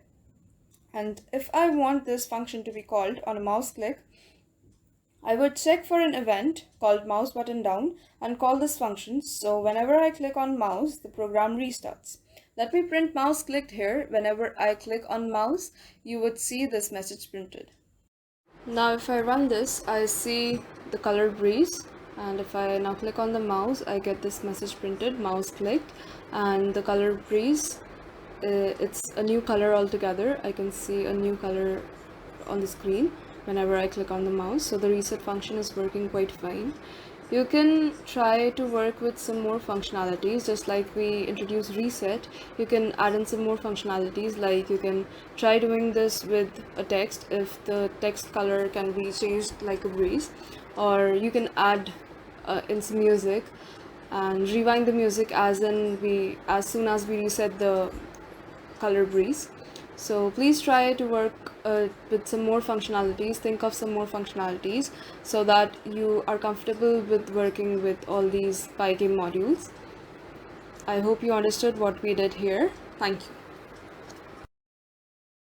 Hey everyone, we have covered a lot in Pygame by now, but there are some modules that are useful and are yet not discussed. So in this video, first we'd see some examples of draw module. We haven't used the polygon and arc function yet, and then we will talk about the cursor module. We will also discuss a program that will be a base requirement in some of the video games. So let's get started with the draw module. I have this regular code, a very basic one, and if I want to draw a polygon, the coordinates of the polygon's vertices are required. These coordinates make a regular pentagon. Here, the screen is the surface you want to draw on and green is the color of the shape. You can give as many coordinates as you want, and it is not necessary that the shape should be regular. Then to draw an ellipse, you will give in the rectangle's dimension and coordinates around which you want to draw the ellipse. In case you specify a square's dimension in place of a rectangle, you will end up getting a circle. This is basic maths. You can also draw an arc using the draw module. For that, you have to specify the rectangle's dimension. Basically, an arc is from an ellipse or a circle. So to draw an ellipse, we specify the base rectangle's dimensions. And hence, to get its arc, we will do the same. Cool. Along with this, we also need to specify the starting and ending angles. These angles are in radians. It is 90 degree to 180 degree. Please be careful while working with the units. While rotating an image, the arguments of angles were in degrees. Okay, please don't get confused. Now we have used the line function in tic-tac-toe, but this is the lines function. It allows you to draw continuous lines, deviated or undeviated, passing through these mentioned points. 5 here is the thickness of the line. This false here is used for not getting a closed figure. If I make this true, I would have a closed figure if possible. Now let's run this and see if we get the desired shapes. So yeah, I have my polygon, I have the pentagon, I have this zigzag lines made by the lines function. I also have my ellipse and I also have my arc. You just need to note that the arc was taken in an anti-clockwise direction from 90 to 180 degrees. And yeah, that's pretty much it. Now let's move on to the cursor module. So we have 3 types of cursors: the system cursor, bitmap cursors, and color cursors. The system cursors are constants available in the module. We can have cursor hand, cursor no, arrow, crosshair, and a lot more. There's a complete list of it. And this is how you create a system cursor. To create a bitmap cursor, you specify pygame.cursor.arrow or .broken_x or diamond. This would be a black and white cursor that uses the bitmask arrays. And to create a colored cursor, you need a surface. So we have a surface of size 10,10. We fill the color of the surface with sky blue or any color you like. It's the color of the cursor. And then you use the cursor class. You may note that this cursor class of cursors module is a good example of object-oriented programming. This 5,5 is the hotspot of the cursor and needs to be within the surface. Cool. I have initialized the system cursor, and this is just a way to see both the cursors. If I click on the mouse, I would see the bitmap cursor, and if I input alphabet C from the keyboard, I get to see the colored cursor. So this was the cursors module. It was pretty simple. Let's run this and see the 3 cursors. So initially I can see my hand cursor. If I click on the mouse, I see this broken X, which is a bitmap cursor. And if I input C from the keyboard, I see my colored cursor. Cool. So these were the type of cursors. And now let's see the program I was talking about in the beginning of the video.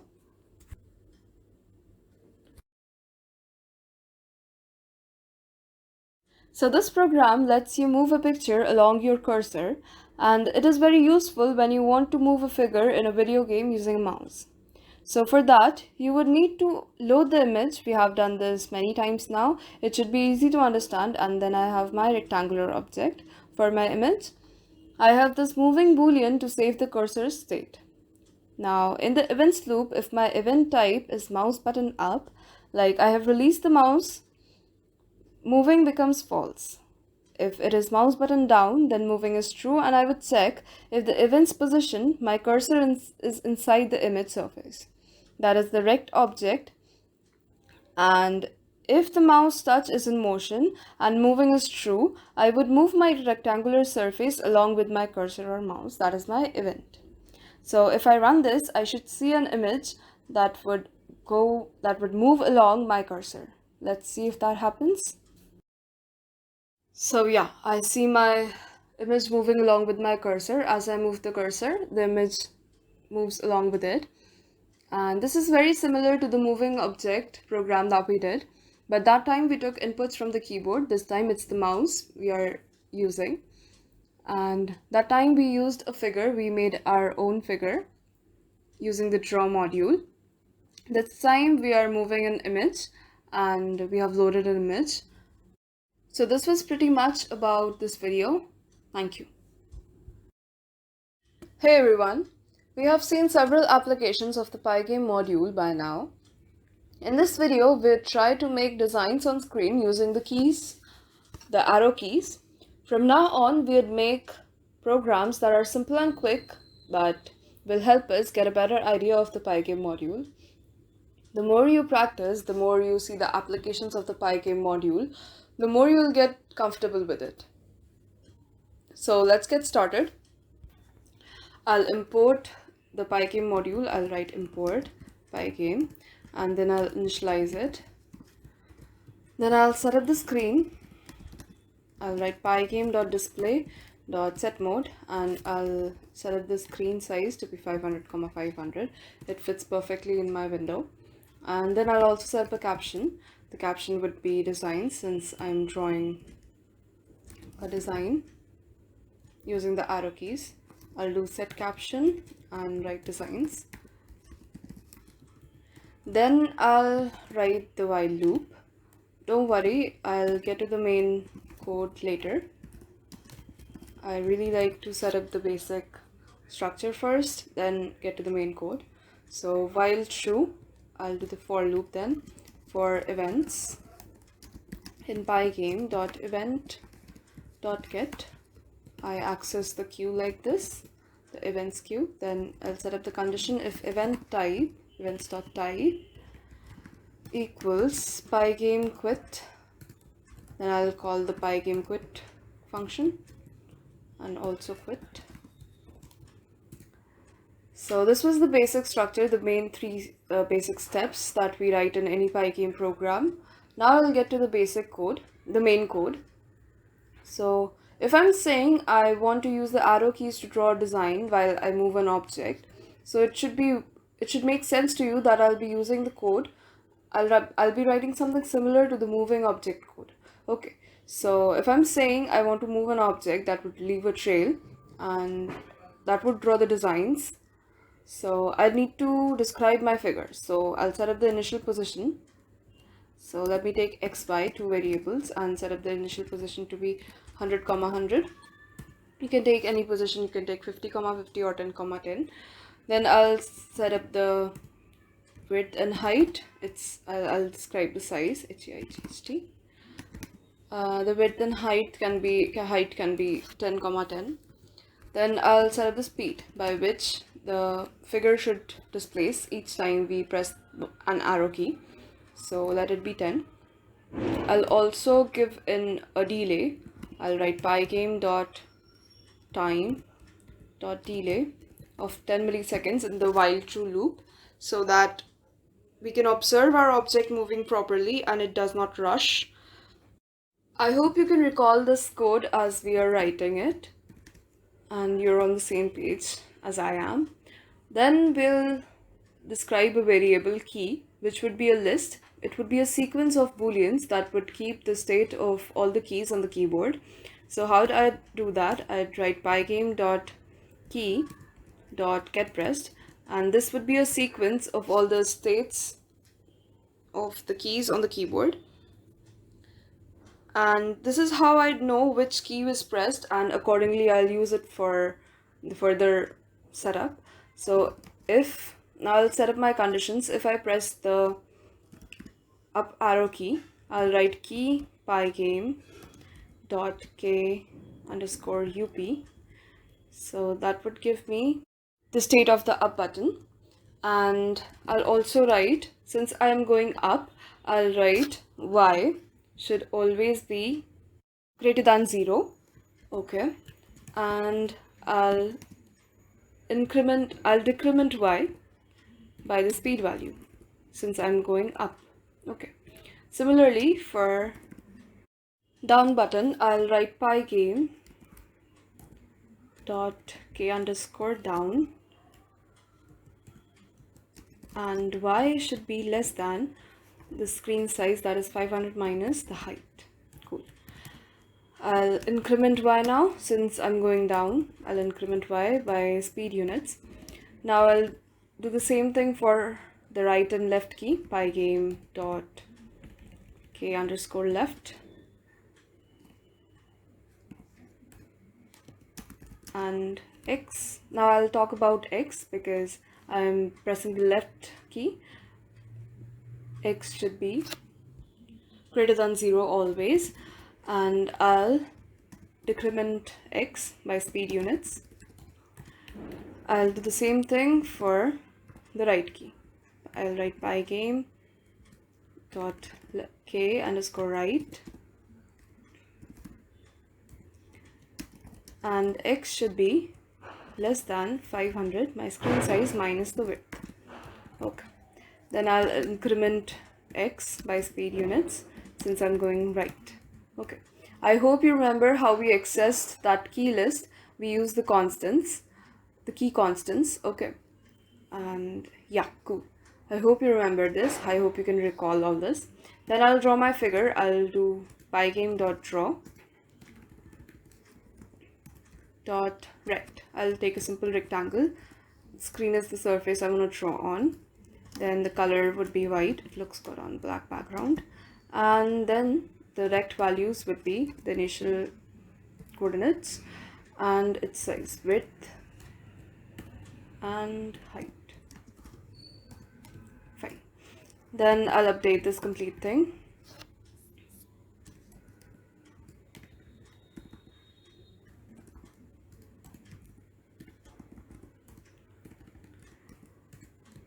Fine, we are done with the code. Now you might notice I haven't used the screen fill thing. Why haven't I used it? Because I don't want any single color on my screen always. As my object moves, it should leave a trail now. Okay. If it is the only difference between the moving object code and the design code. Okay. So I hope you get this. I don't want any single color on my screen. That's why I'm not using screen fill color, a screen fill function. Cool. Let's run this and see if it works as we want it to. So yeah, if I now run this, I can see the object, and if I press the right button, it goes right. If I press down, it goes down. If I press left, it goes left, and it's working very fine. It gives us various patterns. As I'm pressing the arrow keys, it moves accordingly. And this is very useful when we are making a maze kind of video game. It helps you track your object.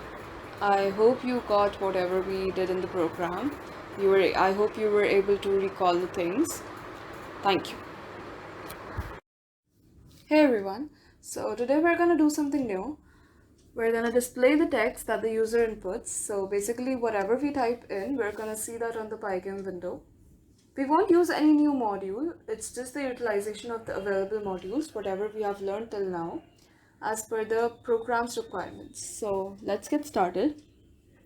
So I'll import Pygame first. I'll write import Pygame, then pygame.init to initialize it. Then I'll have my screen. I'll write pygame.display.setMode, and that would be 500, 500. Then I'll also set up a caption. My caption would be user input. So I'll write pygame.display.setCaption user input. Fine. Then I'll do the while true loop, the game loop. I told you last time that I'll like to make the basic structure first, then do the rest of the code, then write the rest of the code. Then I'll have my events loop. I'll write for events in pygame.event.get. If events type is equal to pygame.quit, I'll check the condition, then I'll quit. I'll call the quit function of Pygame. Yeah. Then I'll update this entire thing. I'll write pygame.display.update. So yeah, that's the basic code. That's the basic 3 steps of any Pygame program. Now, since I'm saying I want a user inputs, I should of course have an empty string to which I'll concatenate whatever the user inputs. So let me take this user underscore IP as the variable, as the empty string. Then I'll have my font, because of course we need to take a font. We are working with text in Pygame. So please remember how we display text on screen. It would be similar to that. So I'll write font equals pygame.font.sysfont, and you can take any font you like. You can take Georgia, Arial, Calibri. I have taken French script right now, and the font size would be 40. Cool. Then since I want a rectangular box in which I'll input the text, I will initialize this text box. Since I want to manipulate this later in the code, I'll do this I'll use this rect module I'll write pygame.rect, and I'll give in the arguments the initial position, that would be 75, 75, and the size of the box, let it be 100, 40. So the width is 100 and height is 40. Fine. Okay, let's not keep this 40, let's make it 50, because I want a margin of 10 of 5 each at above and below the text, so that things don't overlap and don't seem to be clumsy. Cool. Then I'll have this active boolean that will tell me if I can start writing, if I can start typing in the text box. And what will indicate me this is this color variable. So initially this would be purple, but when active is true, I'll switch this color to red so that I can know that I can now start typing. Whenever I take my cursor to inside the text box, I'll make this active to be true. So how I do this, I'll do this in the while true loop and in the for loop. I'll check if my events type is mouse button down. Then if I'll check if I have clicked my mouse inside that text box. Okay, so I'll write if text box dot collide point and events dot position is true. So I'll make active equals true. Cool. Otherwise, I'll make active equals false. Maybe you have clicked outside the screen or outside the box, so then active should remain false. Otherwise, it should be true, made true if my cursor is within the text box. Fine. And now if I've started typing, so I'll write if events.type equals pygame.keyDown. And if active is true, maybe it can be the case that you have clicked inside the box and then clicked outside and then started typing. So that would not work. Then you should not get any text displayed. So I'll check if active is true.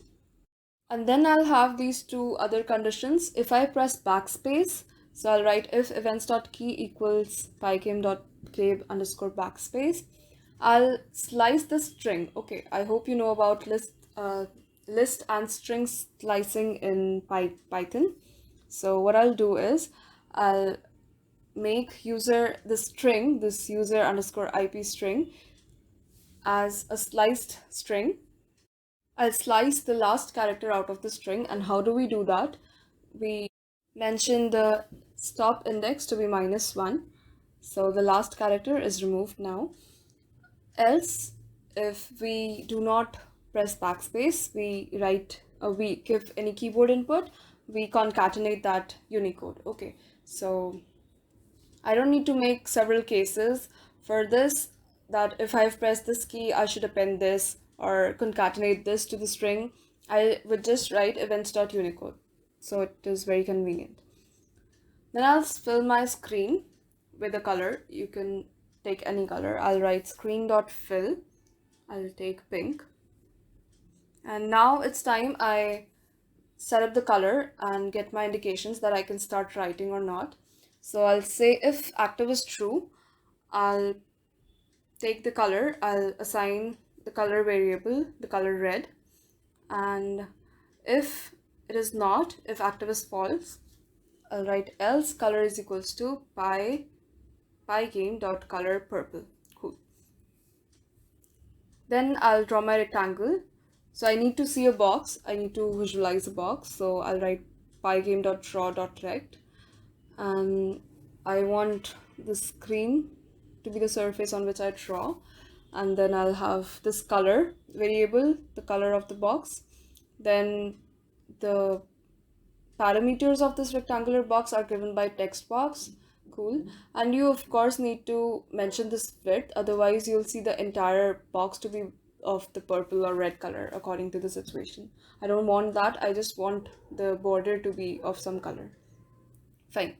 Then I'll have this surface on which I render my text. So you can see I have not rendered it here above, but I'll render it in the while loop, because every time the user gives an input, I want that text on the screen. So I've rendered it here and not above outside the while true loop. So I'll write surf equals to font.render, And what is my message? What do I want to output on the screen? It's the user underscore IP variable, that string. I want anti-aliasing to be true, and the color of my text, I'll take it to be orange. You can take any color. Fine. Now let me get this surf variable onto the text box.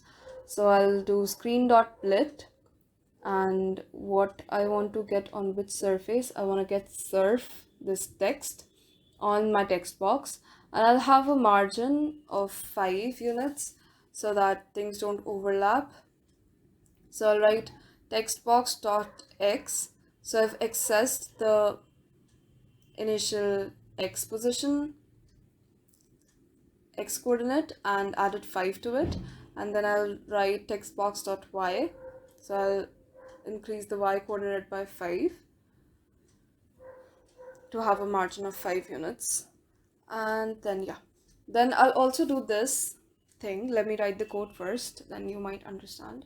I'll write textbox.w. So I've accessed the width, and I'll take the maximum of 100, my default width, and the surf variable's width. So surf is my surface, the text surface, and I'll use the getWidth method to get my current width of the text, and add 10 to it again to have a margin and so that things don't overlap. So what I've done is, maybe whatever the default size of my text box is, you outgrow that. Maybe whatever the text you have input, that's longer than your default box size. So if my text is smaller than the width, the default width, fine, no problem. And if it is greater than the default width, it'll take the width of the text. Cool. And then I'll update this. I've already written this. And then I'll set up the frame rate. Since I've taken the clock object already, I'll write clock.tick and 50. Fine. So if I run this now, I see a purple outline box, and if I click, I take my cursor inside the box, I see the border to change its color and become red, and I can start typing now. I can type in anything, and you can see after a certain length, when the width of my text increases, the width of the text box also increases. So that's what it does, this max function on the 38th line. It lets you decide when to increase the box size, our rectangular box size. So everything is working as we want it to. We can type in easily, and yeah, that's pretty much it about this program. I hope you understood whatever the code was, whatever we wrote. Hey everyone, today we're gonna create a button in Pygame. Let's first think what a button does so that you have the basic idea what we'll be doing in the program, how we'd be coding. So whenever you click on a button, a certain task is performed, a function is called. So here, this function is going to be quit function by Pygame to keep it simple and easy. Whenever I click on that rectangular button on the screen, the program should stop and the Pygame window should go away. Also, I'd like to add in a functionality. Whenever I hover over that rectangular box, over the button, there should be a shade change, there should be a slight color change, so that I can know, the user can know that right now the cursor is over the button. Cool. So let's start coding. As usual, I would write the basic steps first and then get to the main code. So let's import Pygame. I'll write import Pygame. I'll initialize it. I'll write pygame.init. Then I'll set up the screen. I'll write pygame.display.setMode 500, 500. That's the screen size. Then I'll also set up a caption. So my caption would be Pygame button. And then I'll have my game loop. I'll write while true. For events in pygame.event.get, if events.type equals pygame.quit, I'll call the quit function. And then I'll update this entire thing. I'll write pygame.display.update. So this was the basic code. Now let's get to the main code. Since I want a quit button, I should have quit written over that rectangular box. That would be my button. So for that, I'll use the font module, of course. I need to display the text quit. So for that, I'll write font equals pygame.font.sysfont. And let me take the font Georgia and the font size to be 40. Let's keep it bold. And then I'll render this over the surface. So I have the surf variable. I'll write font.render, and my message and my text would be quit, and I want anti-alias to be true. And then the color of this text, let it be white. Fine. Then I'll have this button that would act as the rectangular box that would be my button.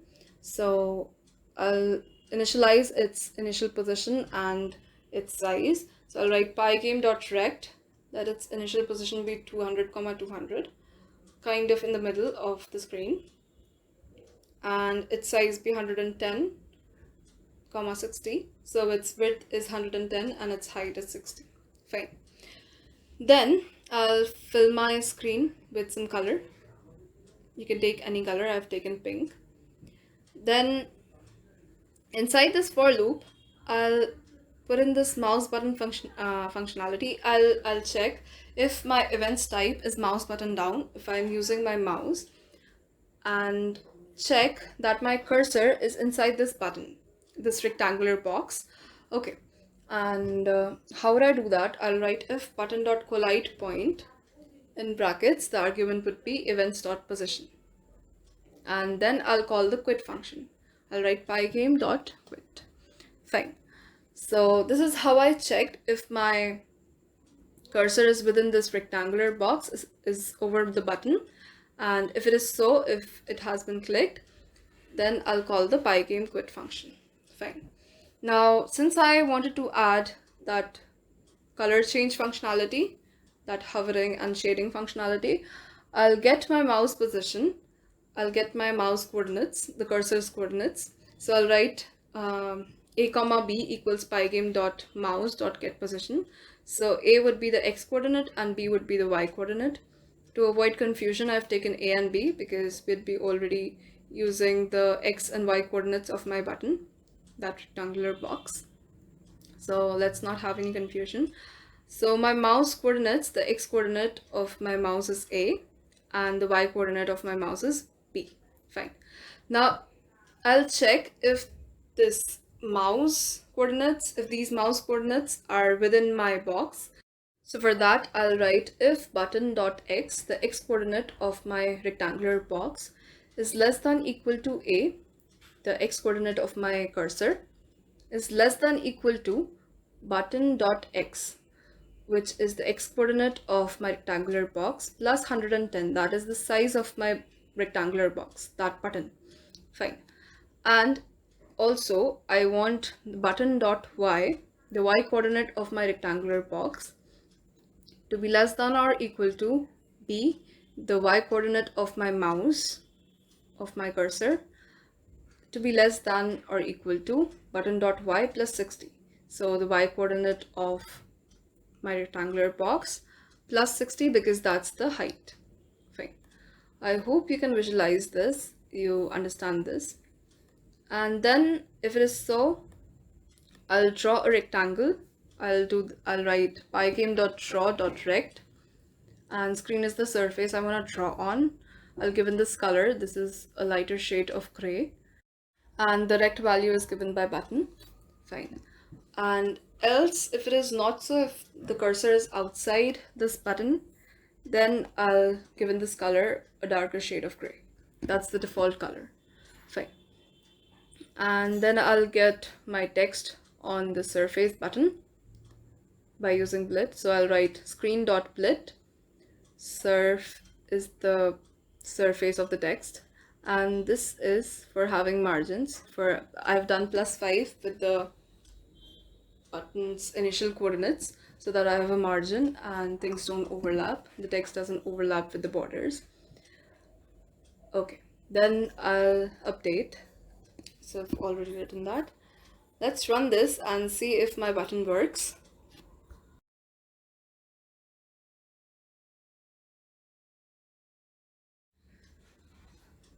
So now if I run this, I can see my quit button, and if I hover over this button, I see a shade change. It's a lighter shade of gray whenever I hover over this. My cursor is over this button, and if my cursor is outside somewhere, not on this button, then it's a darker shade of gray. Cool.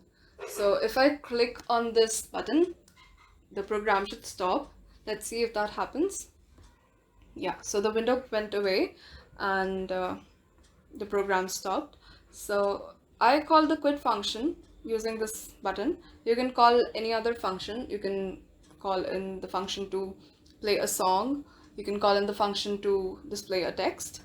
So this was all of it, and I hope you understood how to create a button in Pygame. Thank you. Hey everyone, by now we have seen several applications of Pygame. We have practiced a lot. We made designs using the arrow keys, displayed user inputs on screen. We also made buttons in Pygame in the last video. Today we will program an animated circle. So the circle would move around on the Pygame window. Let's write the code for it. I'll import Pygame, initialize it, then I'll write pygame.init. Then I'll set up the screen. Write screen equals pygame.display.setMode. Let the screen size be 500, 500. Then I'll also give in a caption. I'll write pygame.display.setCaption. Let the caption be animated circle. And then I'll go to my game loop. I'll write while true. You should be very comfortable doing all this because by now we have written this a lot of times. And then I'll have my for loop. I'll write for events in pygame.event.get. I'll check if events type equals pygame.quit. Then I'll quit. We'll call the quit function by Pygame and I'll quit. Okay. I'll update the screen. Write pygame.display.update. That's the basic framework. Let's get to the main code. Since I want my circle to move around, I'll need its initial position. Let that initial position be 5x, y and equal to 200, 200. You can take any starting position. I've taken 200, 200. Then I also need to set up the speed along both the directions. So along x direction, let it be xp, and let xp be equal to 5. And along y direction, let it be yv and equal to -5. So what is this clause of plus and minus? If you're giving the speed along the x direction as positive, your object should go towards right, otherwise it should go to left if the speed is negative. Similarly, for y direction, if you're giving the speed to be negative, it should go upwards, and if it is positive, if the speed is positive, the object will go downwards. Okay. So the speed would tell you how much the displacement would be at a time. Then I'll have my clock object. I'll write clock equals pygame.time.clock to set up the frame rate later. Now I'll have a screen color. I'll write screen.fill. So let me fill my screen with color sky blue. Then I'll also need to draw the circle I need to move around. So I'll write pygame.draw.circle, and screen is the surface I'm going to draw on. Then the color, let it be orange. Then the center coordinates are given by x and y, x, y. Then this radius, let it be 10 units. Okay. Now after this for loop, outside this, I'll increment the x and y coordinates so that I can see my circle moving on the screen. So I'll write x plus equals xv. I've incremented x coordinate with xv units by xv units. And similarly for y, I'll write y plus equals yv. And to keep these x coordinates, x and y coordinates within the boundaries within the screen, I'll write if x is greater than 490 or x is less than 10, I'll change the direction. Okay, how do I do that? I'll change the sign. Okay, I'll change the sign of the speed. You can even reallocate the position, but that would look like the circle is appearing out of nowhere at a sudden position. That won't look nice. So I want the motion to be regular and fine. So that's why I'd be changing the direction rather than reallocating that coordinate. Okay. Similarly for y, I'll write if y is greater than 490, I'm keeping a margin of 10 units, or y is less than 10, I'll change the yd. Cool. Now after that, I'll update and have my clock object. I'll write clock.tick, let the frame rate be 50, and let's run it and see if we get what we really want to see. If we can see our circle moving uniformly. Let's run this. Now if I run this, I can see my circle moving around in various directions, changing its direction as it hits the boundaries. And everything works fine. If I quit, the screen goes away. So this motion of the circle is not defined. In the next video, we will define this motion of the circle. The path along which the circle moves would be some function. So this was pretty much it for this video. I hope you understood whatever we did. Thank you. Hey everyone, as I told you in the last video, we would animate the circle along the graph of a function. That's what we are going to do in this video. We will try that our circle moves in a sine pattern. The function I've picked is sine. If you don't know how a sine wave looks like, this is what a sine wave looks like. You can see that along the x-axis you have the angles, and along the y it is the sine value of these angles, and it looks like a sinusoidal wave. So you need to given these angles in the sine function, and you can easily find the y coordinate. For the sine function we will use the math module, and we will give in these x and y coordinates as the argument while we draw the circle. So that will put our circle at the required position, and the output motion would look like a sine pattern. Fine. Let's write the program now. I'll import Pygame. I'll write import Pygame. Then I'll initialize it. I'll write Pygame.init. Then I'll set up the screen. I'll write Pygame.display.setMode. And I'll given the screen size to be 1000,500. I've taken such a large width so that I can see a number of waves, and I can easily observe that sine pattern formed by the ball. Then I'll start my while true loop. I'll get to the game loop. I'll write while true. For events in pygame.event.get, if events.type equals pygame.quit, so I'll check in the condition, I'll call the quit function. Fine. Pygame.quit, and I'll quit. And then I'll update this. I'll write pygame.display.update. Cool. So this was the basic code. Let's get to the main code now. Since I said I'd be using the math module, I'll write import math. I'll import the math module. Now I should think that from where we will give in the inputs, from where we should find the x coordinate. Y coordinate, we can easily find the y coordinate because that's just the sine function of the x value. So where we will get the x value from, we will get it from the time.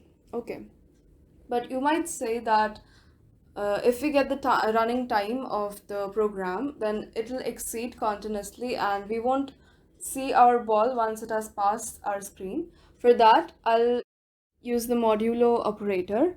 I'll find the times modulo by 1000. This is how I'll write it.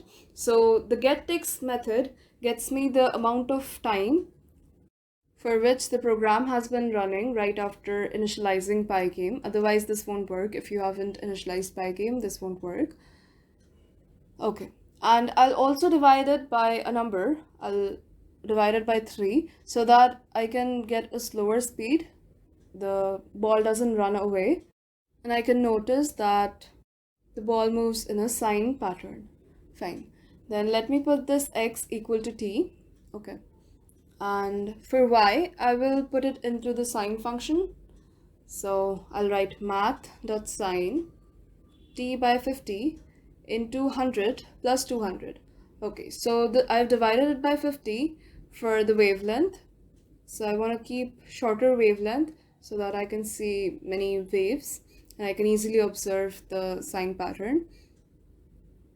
Now if you increase this, you can increase this to 150, then the wavelength would be increased and you'll see less number of waves. This 100 is for defining the amplitude. If you increase this, the amplitude would increase, and if you decrease this, the amplitude would decrease. 100 defines the amplitude, so 100 is the amplitude of my wave, and I've added it with 200 so that I can see my wave in the middle of the screen and not at some corner, otherwise the sine wave will overlap with the boundaries. Okay, then I'll fill my screen with some color and I'll draw my circle. Let the screen fill color be pink, and I'll use the draw module to make the circle. So screen is the surface I want to draw on. I'll give it a color. Then x and y are my coordinates, and 10 be the radius of the circle. Then I'll update. I have already written this. So let's run this and see if we observe our circle in a sine pattern. So yeah, I can see my ball or circle moving in a sine pattern. It's very similar to the graph I showed you before. Now if you can't observe it, what you can do is you can rub this line screen.fill just to observe for once the sine pattern of the ball. You can rub in this line screen.fill. I hope you remember we did the same thing while we wanted to draw patterns using our object, using the arrow keys. We wanted to see the trail of our object drawn. Here too, the trail, that is the sine pattern. To see that, you can rub in this line. And now if I run this, you can actually see the sine graph. And so yeah, our ball moves in a sine pattern. Now you can use other functions also like cosine or tangent from the math module. So this is it for this video. Thank you. Hey everyone, today we're going to do something different. We would use classes in order to make a Pygame program, rather a game. So I would try to build a collision game. I would have this man, and if he hits the bricks falling from above, the game is over. Simple, okay? So in Pygame we have a sprite module for working with classes. Sprites are objects. If you don't have much idea about classes and objects in Pygame, basically, they are a convenient way of grouping data and code into a single entity. Sprite module is a very good way of working with classes in Pygame. So for the algorithm, what I would do is, I would first have a man class that would be of the sprite type, and I will also have a brick class. Now both of them must have the init function where I load these images and get their rectangular surfaces. Then we would have the move function in both the classes. We would move the man by giving key inputs from arrow keys, and the movement of bricks would be programmed and the initial position of the bricks would be randomly picked by the random module. Now using the sprite module, I would check in the game loop if there is a collision between these two image objects. If there is, I would display the text game over. Okay, now let's start writing the code for it. So let me write the basic code quickly. I'll import pygame. Then I'll initialize it. I'll write pygame.init. Then I'll set up my screen. Write screen equals pygame.display.setMode, and the screen size is 500, 500. Then I'll set the caption. I'll write pygame.display.set caption, and the caption, let it be collision game. Okay. Now for the while loop, I'll write while true for events in pygame.event.get if events.type equals pygame.quit. I'll call the quit function by pygame. I'll fill my screen with some color. I'll write screen.fill white, and I'll update this. Let me use the flip function. I'll write pygame.display.flip, and that's the basic code. Now let's write the main code. Let's get to the main functions of our game. Now since I said I'd be working with random module because I need the bricks to be randomly falling from anywhere. So I'll import random module too. I'll write import random. Okay. Then I'll have my clock object. I'll write clock equals pygame.time.clock. That's my clock object to set up the frame rate later. And I would need to set up the speed variable for the movement of bricks. This is just the initialization. We'll use this later. You'll get an idea why we have initialized it here. And I also need to display that text, game over, so I set up the font. I'll write font equals pygame.font.sysfont, and let it be Georgia and 60 as the font size. Cool, so I have these variables initialized. So let's get to the two classes I talked about, the brick and the man class. So let me define the brick class first. I'll write class brick. So that's how you define a class in Python. And since I want to inherit the sprite class, I'll write pygame.sprite, which is the module, dot sprite, which is the class. Okay.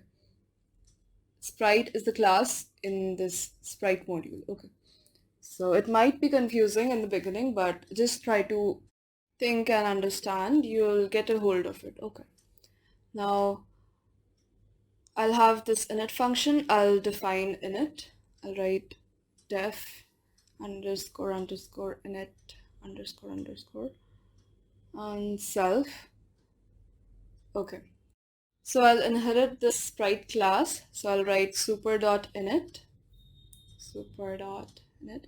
It's a way in Python how we inherit the classes, base classes. Okay.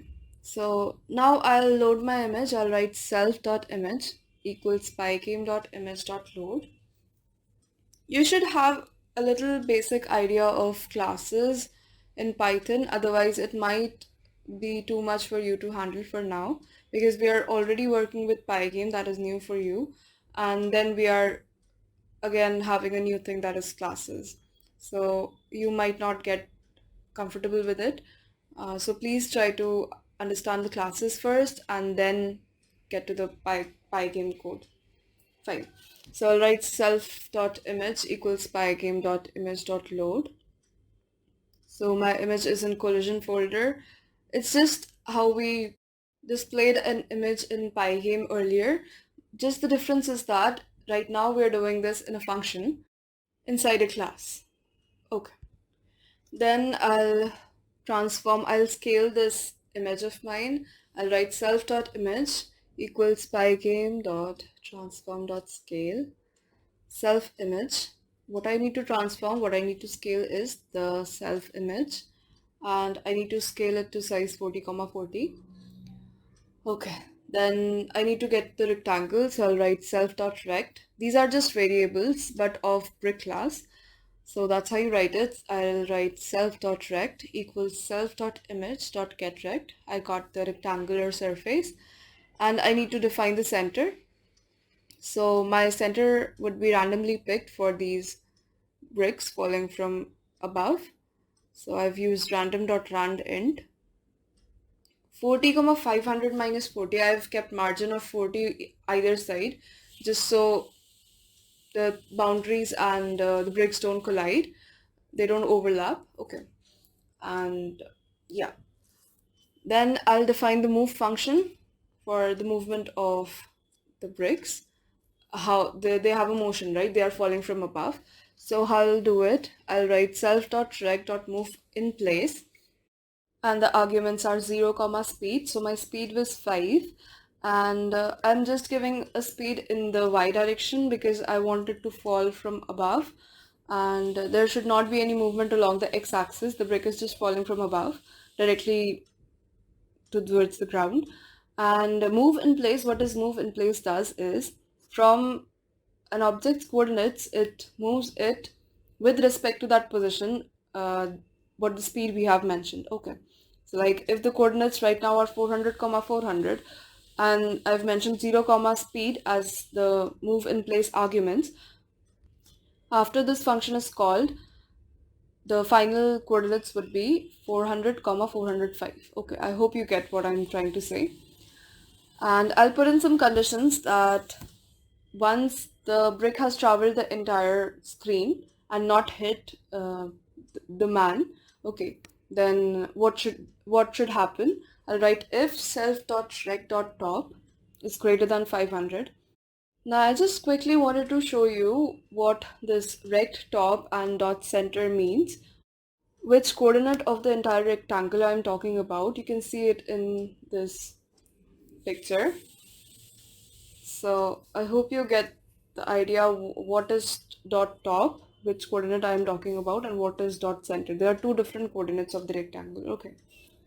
Now, if it is so, if the rectangle's top coordinate is greater than 500, that is, it is out of the screen now. Now I should reallocate this top coordinate to 0, and the center should be randomly picked again. Okay. Again, I have kept a margin of 30 and 100 over here so that things don't overlap. Okay. Cool. Now I'll have my man class. Again, I'll write class man, very similar to the above class, and pygame.sprite.sprite. Okay. Then I'll have my init function again. I'll write self in the argument. With the super keyword, I'll inherit the sprite base class. I'll again load the images, but I'll load that image of scared man now. It is in the collision folder, so accordingly I've mentioned the path. Then I'll scale this. I'll write pygame.transform.scale self image 100 comma 150. Okay, and I'll write self.rect equals self.image.getRect to get the rectangular surface and define its center. It's just the initial coordinates of the image that I've loaded of the scared man. Let it be 200 comma 420. Okay, and then I'll define the move function, how the man moves. Okay, so since I'd be taking inputs from keys, the arrow keys from the keyboard, I'll again write keys equals to pygame.key.getPressed. So I hope you remember this was a sequence, this was a Boolean sequence that contained the state of all the keys on the keyboard. If it is true, then that key is being pressed.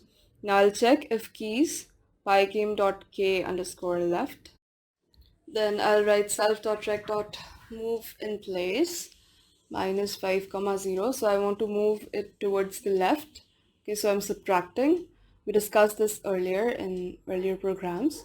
And if we want to move left, we'll decrease its coordinates. Okay, so I'll decrease it by 5. And if keys pygame.k underscore right self.rect.move ip 5 comma 0.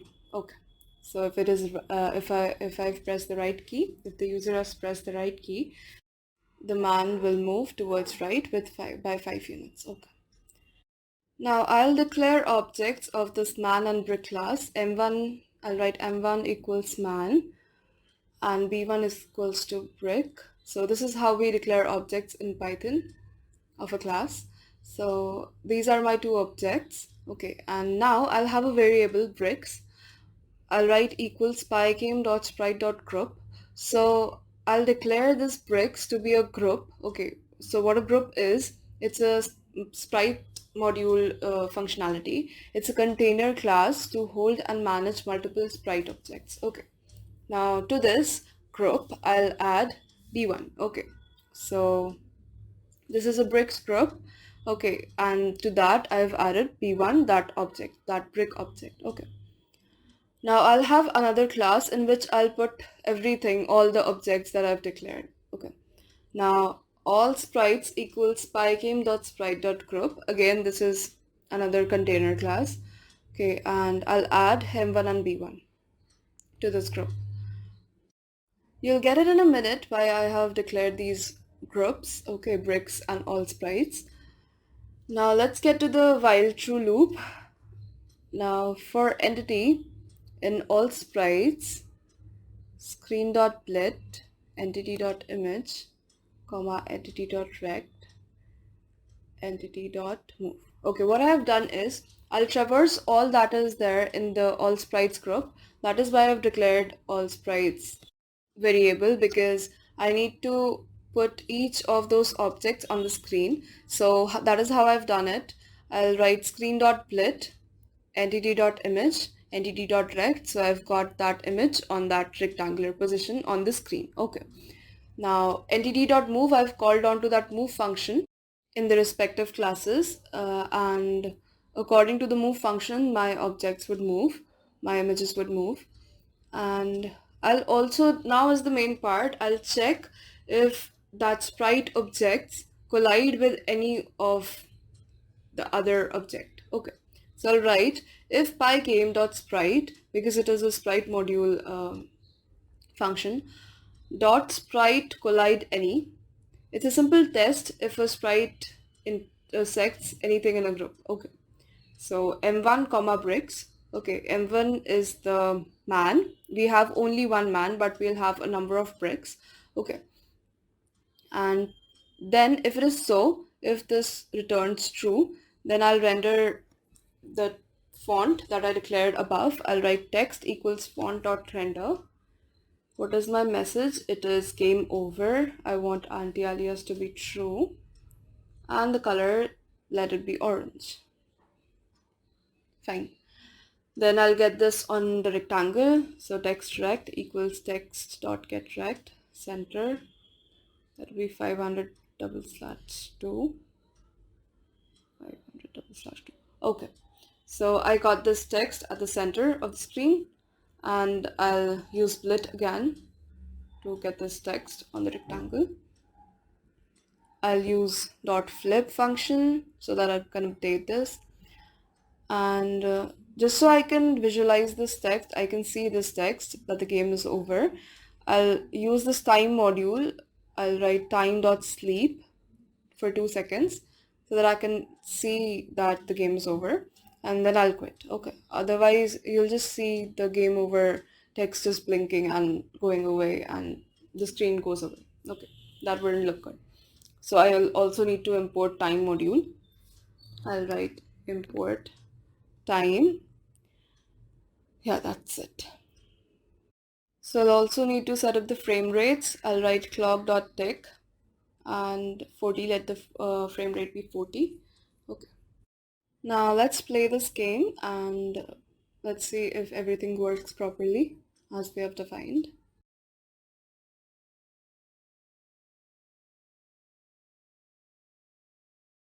Now when I run this, I can actually see the bricks falling from above.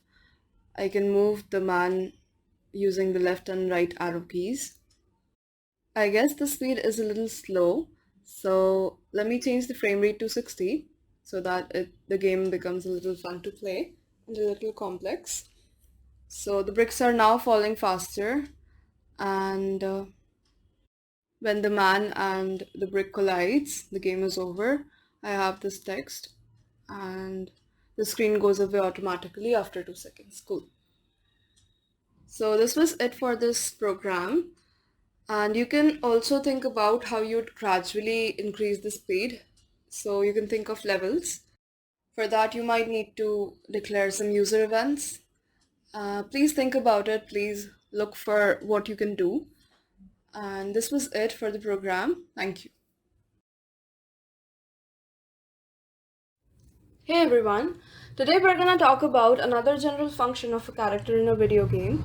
If you have a player in the video game, you might need to add the jump function. You might need your player to jump. So that's what we're gonna program today. Let me discuss first what we will do in the program. We will have this rectangle made by the draw module, then we would use the key module to move the rectangle up, down, left and right. And we will have one more key that we would use to jump. Let that key be spacebar. So let's code all this. I'll import Pygame. I'll write import Pygame. I'll initialize it. Then I'll set up the screen. I'll write screen equals pygame.display.setMode, and the screen size is 500, 500.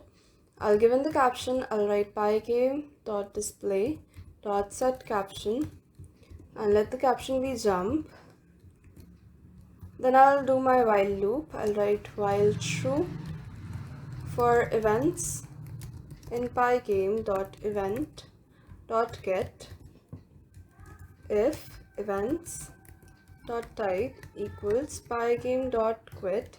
Then I'll call the quit function by pygame and I'll quit. I will also set up my screen with some color. Write screen.fill. This is a lighter shade of green.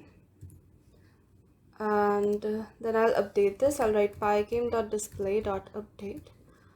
And I'm done with the basic frame structure. Now I would need to set up the basic variables that I would use in the program. So one would be the size, height, width, and the initial position of the rectangle. I would move around.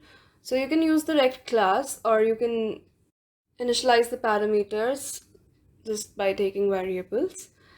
And so I've used the rect class. I'll write my rect equals pygame.rect.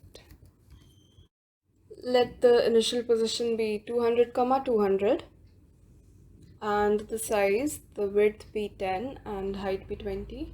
You can even take a larger rectangle.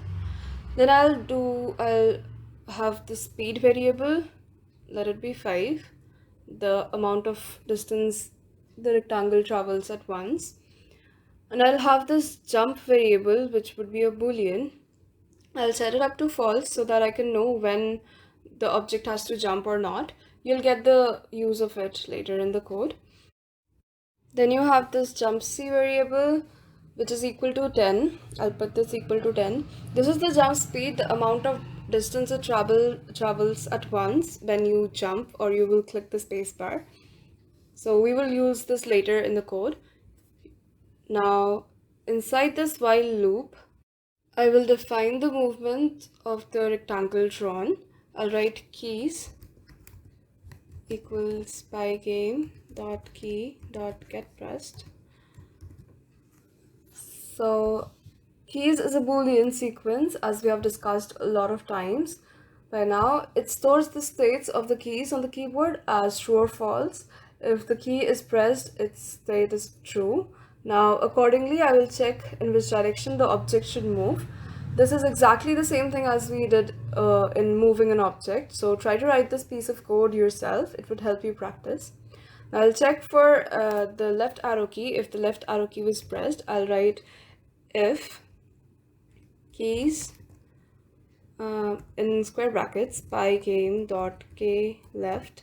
So this is how we access the state of the left arrow key, and my_rect.x. So this is the x coordinate of my rectangle, the object, is greater than 0. Then I will decrease the x coordinate of the rectangle by speed units. So I'll write my rect.x. If x as the x coordinate, minus equals speed. Okay, I hope you remember, if we need to go towards left side, then we decrease the x coordinate. Now for the right arrow key, I'll write if keys pygame.kRight, if x as the right arrow key, and my rectangle.x is less than 500 minus rect.width. dot w would access your width. This is just for keeping the complete rectangle within the boundaries. I will increase the x coordinate by speed units. So I'll write my rect dot x plus equals speed. Fine. Now I'll check for the up key. So I'll write if keys pygame dot k underscore up, and my rect is greater than 0. I'll access the y coordinate now since I'm talking about vertical motion. I'll write my rect dot y minus equals speed. Okay. This is the normal motion of the rectangle. Okay, I also need to talk about the down key. If keys pygame dot k down, and my rect dot y, the y coordinate, is less than 500 minus my rect dot h. Since we are talking about the vertical motion, I have accessed the height, not the width here. My rect dot y plus equals speed, since we are moving downwards. Okay, fine. So this was something we had already done, but now we'll move on to the jump function part. So I'll write if jump equals false. I'll check if jump is equals to false. This is the initial condition right now. And then I'll check if keys, and basically I have pressed the space bar. I'll write if keys pygame dot k underscore space. I'll access the state of the space bar. If it has been pressed, I'll make jump equals to true now. Okay, I'll reassign its value. So if you actually analyze what would happen when the rectangle jumps, it would cover a lot of distance vertically above, more than it normally covers when we press an arrow key. So I'll put this in the else condition. Let me write it first. If jump c is greater than or equal to minus 10, I'll check if the object is back at its place. My rect dot y minus equals jump c into absolute jump c into 0.5 jump c minus equals 1. So let me explain now. You should get that if the rectangle is jumping, we will decrease the y coordinate just like the up arrow key, but by a larger value. So that value is product of jump c into absolute jump c and 0.5. And after each decrement of y coordinate, I will decrement the jump c by 1. Jump C keeps the count how many times there would be this kind of y coordinate decrement. Now you can think once the jump C value decreases and reaches 0, you need the rect to come back to its original position. But for that, you will increment the same that you decremented to the y coordinate. So here is the role of this absolute function. Since jump C is negative, if you don't use the absolute function, you will end up decrementing more and the rectangle will not come back to its original position. So all this will basically run a loop till the jump c becomes minus 10. As you went up 10 times, you need to come back the same amount of times. Okay. Now else, I will write jump c equals 10. I'll reassign jump c and jump equals false. So I've reassigned these two variables just in case you click on the spacebar again, the spacebar is pressed again, the values are reassigned. Okay. Now I've filled the screen with some color and I'll draw the rectangle now that would be moving around. So I'll write pygame.draw.rect screen and I'll give in some color, let it be purple, and my rect.x, my rect.y, my rect.w, and my rect.h. Okay, so these were the parameters x, y, w, and h were the parameters of the rectangle I would draw. Okay, now this is it for this program. Let's run this and see if the rectangle jumps.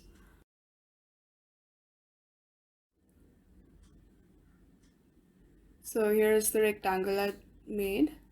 and I'll press the spacebar first. Okay, so rectangle jumps very well, and the forward, backward, and down and above keys work fine. Left, right, up and down keys work fine. Now you can even combine the two keys. If you press the spacebar and the left or right arrow key, there is a combined motion. You can see like this. It's a kind of a parabolic motion.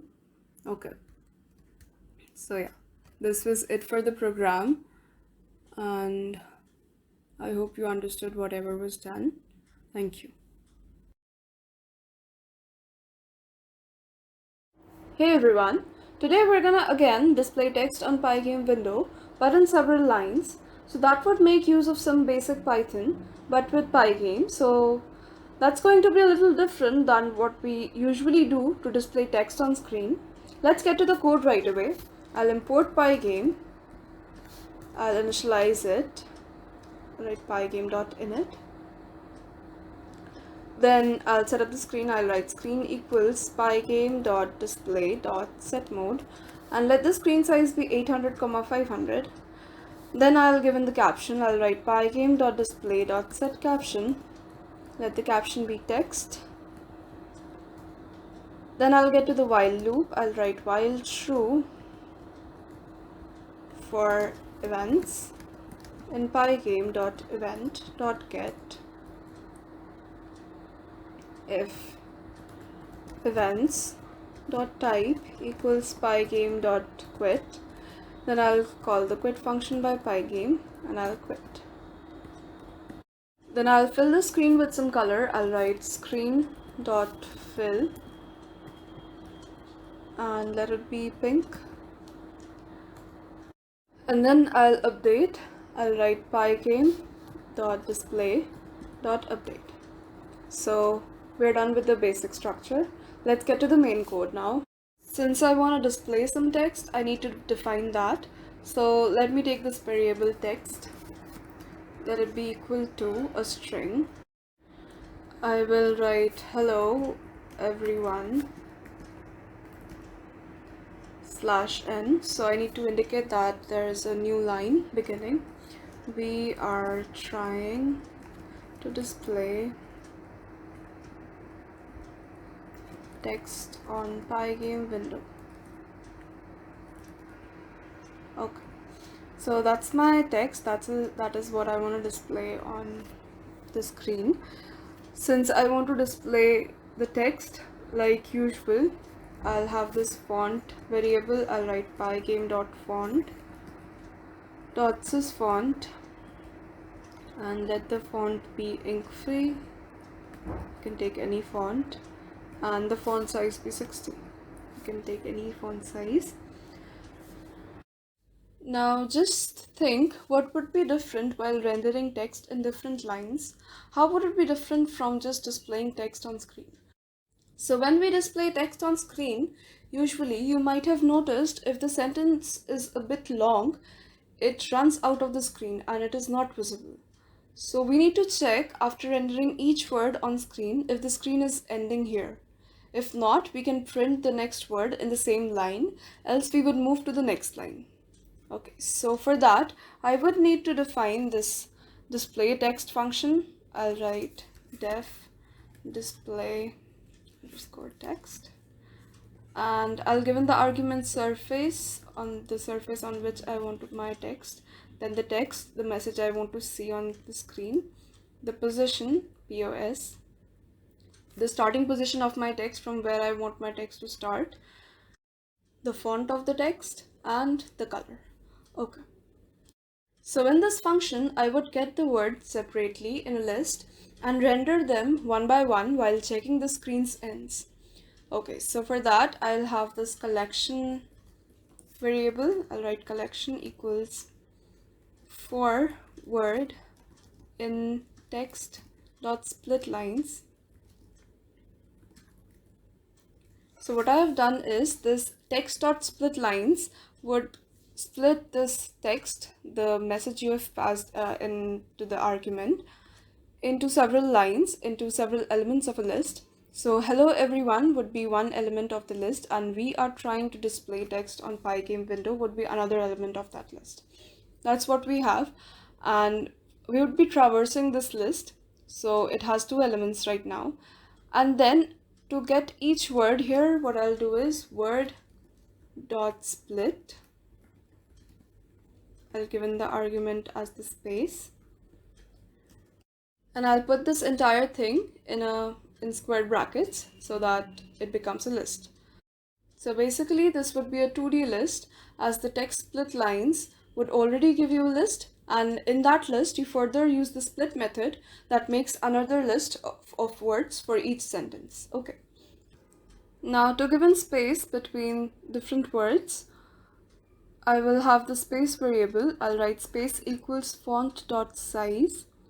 I'll give in the space as argument and 0. So font dot size and any character in the argument would give you a tuple which has the width and height of that character. You get that, right?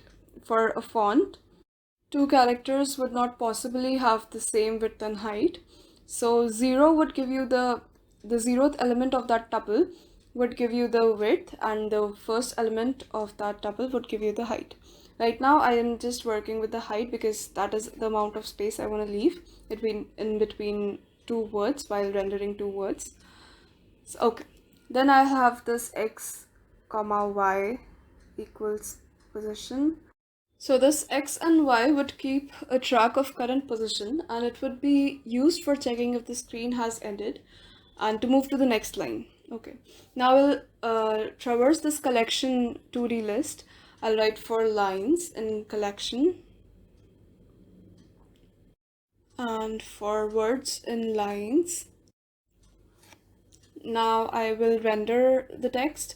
I'll write word underscore surface equals font dot render words comma true. I want anti-aliasing to be true, and the color that I passed in the argument for this function that will be passed here. So I have rendered this text, the word. I am accessing each word now, and I have rendered this word on a text on a surface, on a rectangular surface. Now after rendering we use split usually, but before that I need to check if there is still space or the word would be rendered in a new line. Okay, so for that I'll get the width and height of the surface I just rendered. I'll write word underscore width word underscore height equals word surface get size. So this would give me two variables, the width and height of the rectangular surface that was just declared, and I'll check if there is a need to go on to the next line. So I'll write if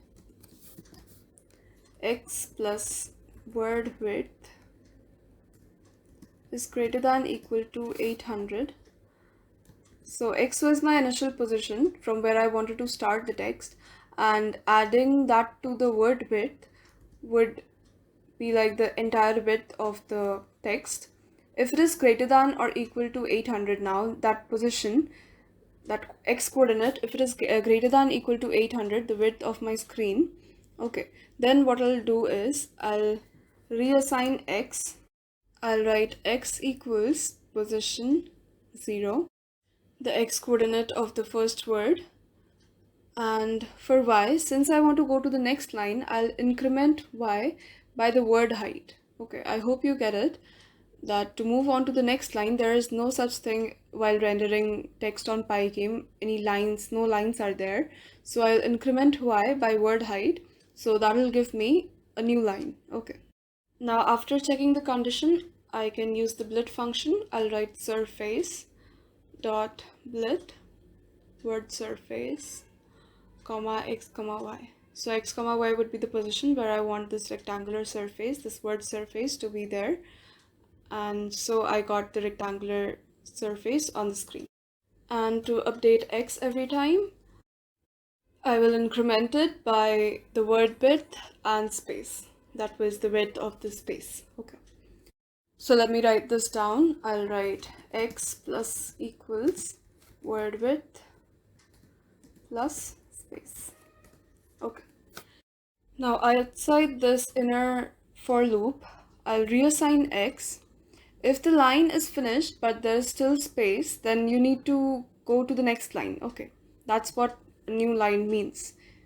So I'll reassign x. I'll write x is equals to position 0, and I'll increment y by word height, just what we did when the screen ended. Okay, that was our function, display text function.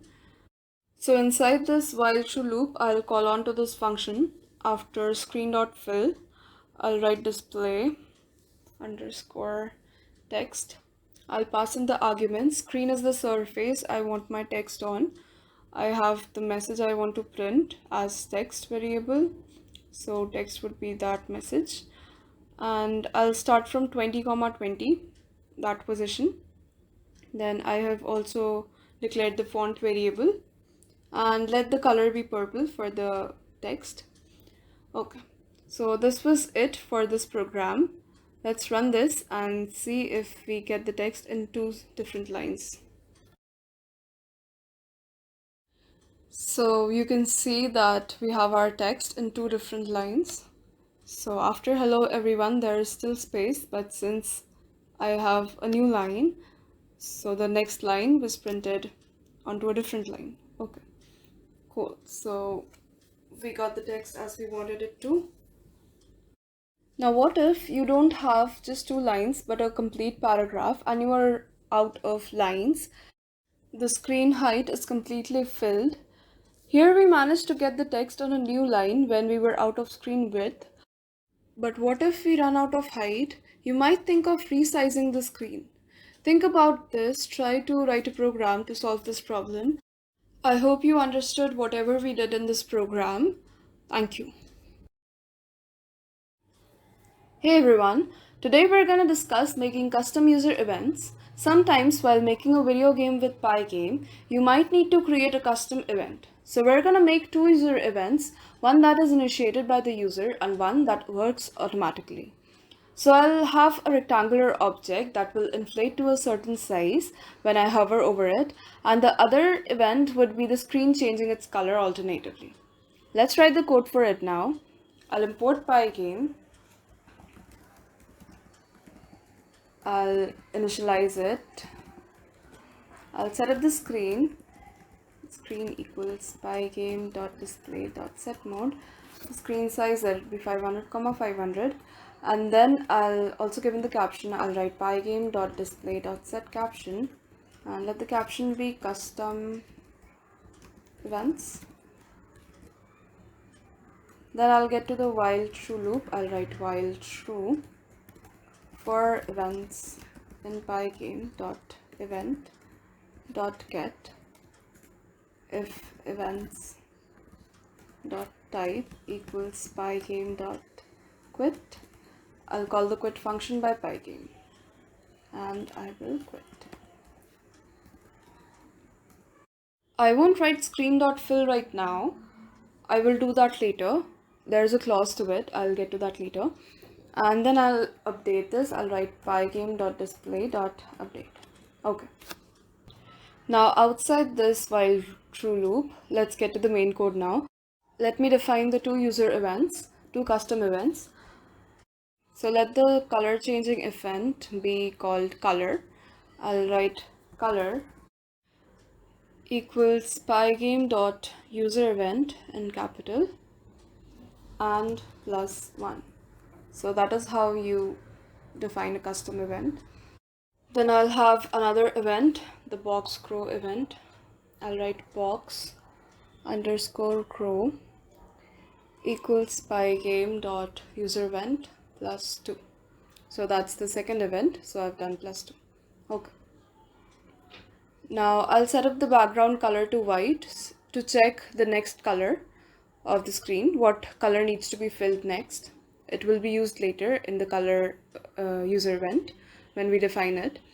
And I'll have this grow variable of Boolean type to know when the cursor is hovering so that accordingly the rectangle can inflate and deflate.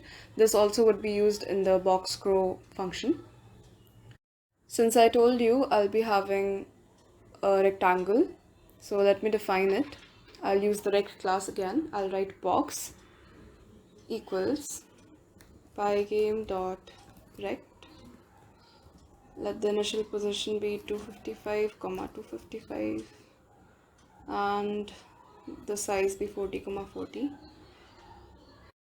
Now here I'll be filling in the screen color. Okay, so I'll write screen dot fill and let the color be white initially. So this is like I have just initialized the screen color because in one of my events, that color changing event, I would alternatively change colors of screen. If I put this in the while loop, it would render a single color regularly. Okay, because there is a loop. Okay, then I'll have my clock object to set up the frame rate later. I'll write clock equals pygame.time.clock. Then I'll call on to the color changing function because it would be automatic. So I'll make use of the set timer method by the time module. I'll write pygame.time.setTimer. The event would be color and comma 500 milliseconds. So that would be the interval. Okay. In what interval I want to call on to this event. Okay. Now in this events loop, I will define these events that I initialized up above. So I'll check if events.time equals color, if background color, this variable, this which was initially white, if bg underscore color equals pink, then I'll fill in the screen with pink color and I'll make bg color equals white. And else if background color is white, I'll fill the screen with white color and I'll reassign background color value. I'll make it pink. So that would help me to alternatively change the colors of the screen. Okay. Then I'll check in for the box grow event. I'll write if events.type equals box underscore grow. I'll check this boolean grow. If it is true, I'll inflate the box in place. We discussed the concept of in place earlier. So I'll write box.inflate in place. Let us inflate it by 4, 4. The x and y coordinates with the same amount, same units. Since I said I would grow the rectangle to a certain size, I would check the box width. If it is less than 80, you can take a larger size. If it is not, I will let grow to be true. Else, if the box is larger than this size, I will make grow false. I won't use a nested if. I would simply write grow equals box.width is less than 80. I'll check if box width is less than 80 and accordingly grow will have that true or false. Okay. Now for the else condition, if grow is false, I'll deflate the box. So there's no such function for deflating, but we can inflate but with negative units. So what I'll write is I'll write box.inflate in place -4 comma -4.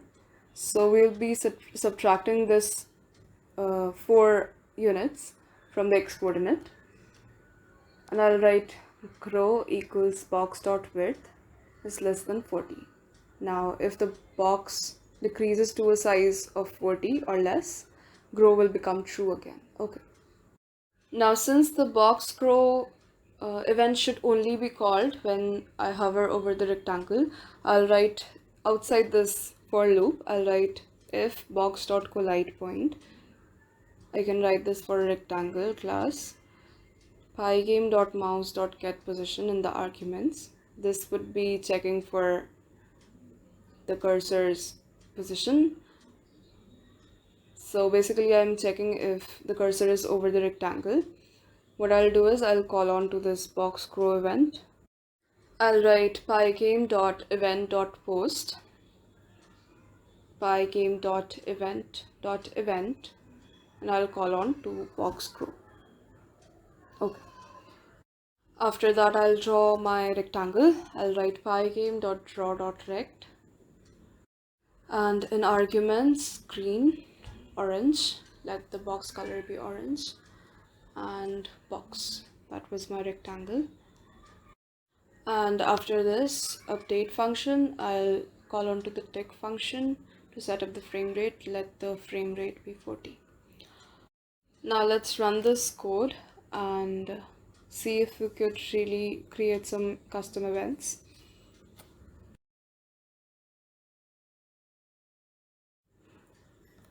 So the screen changes its color automatically, alternatively, and when I hover over this rectangle, it changes its size as we have defined. It inflates and deflates accordingly. So everything is working fine. We could actually make custom events. So that was it for defining custom events. I hope you understood how we define custom events. Thank you.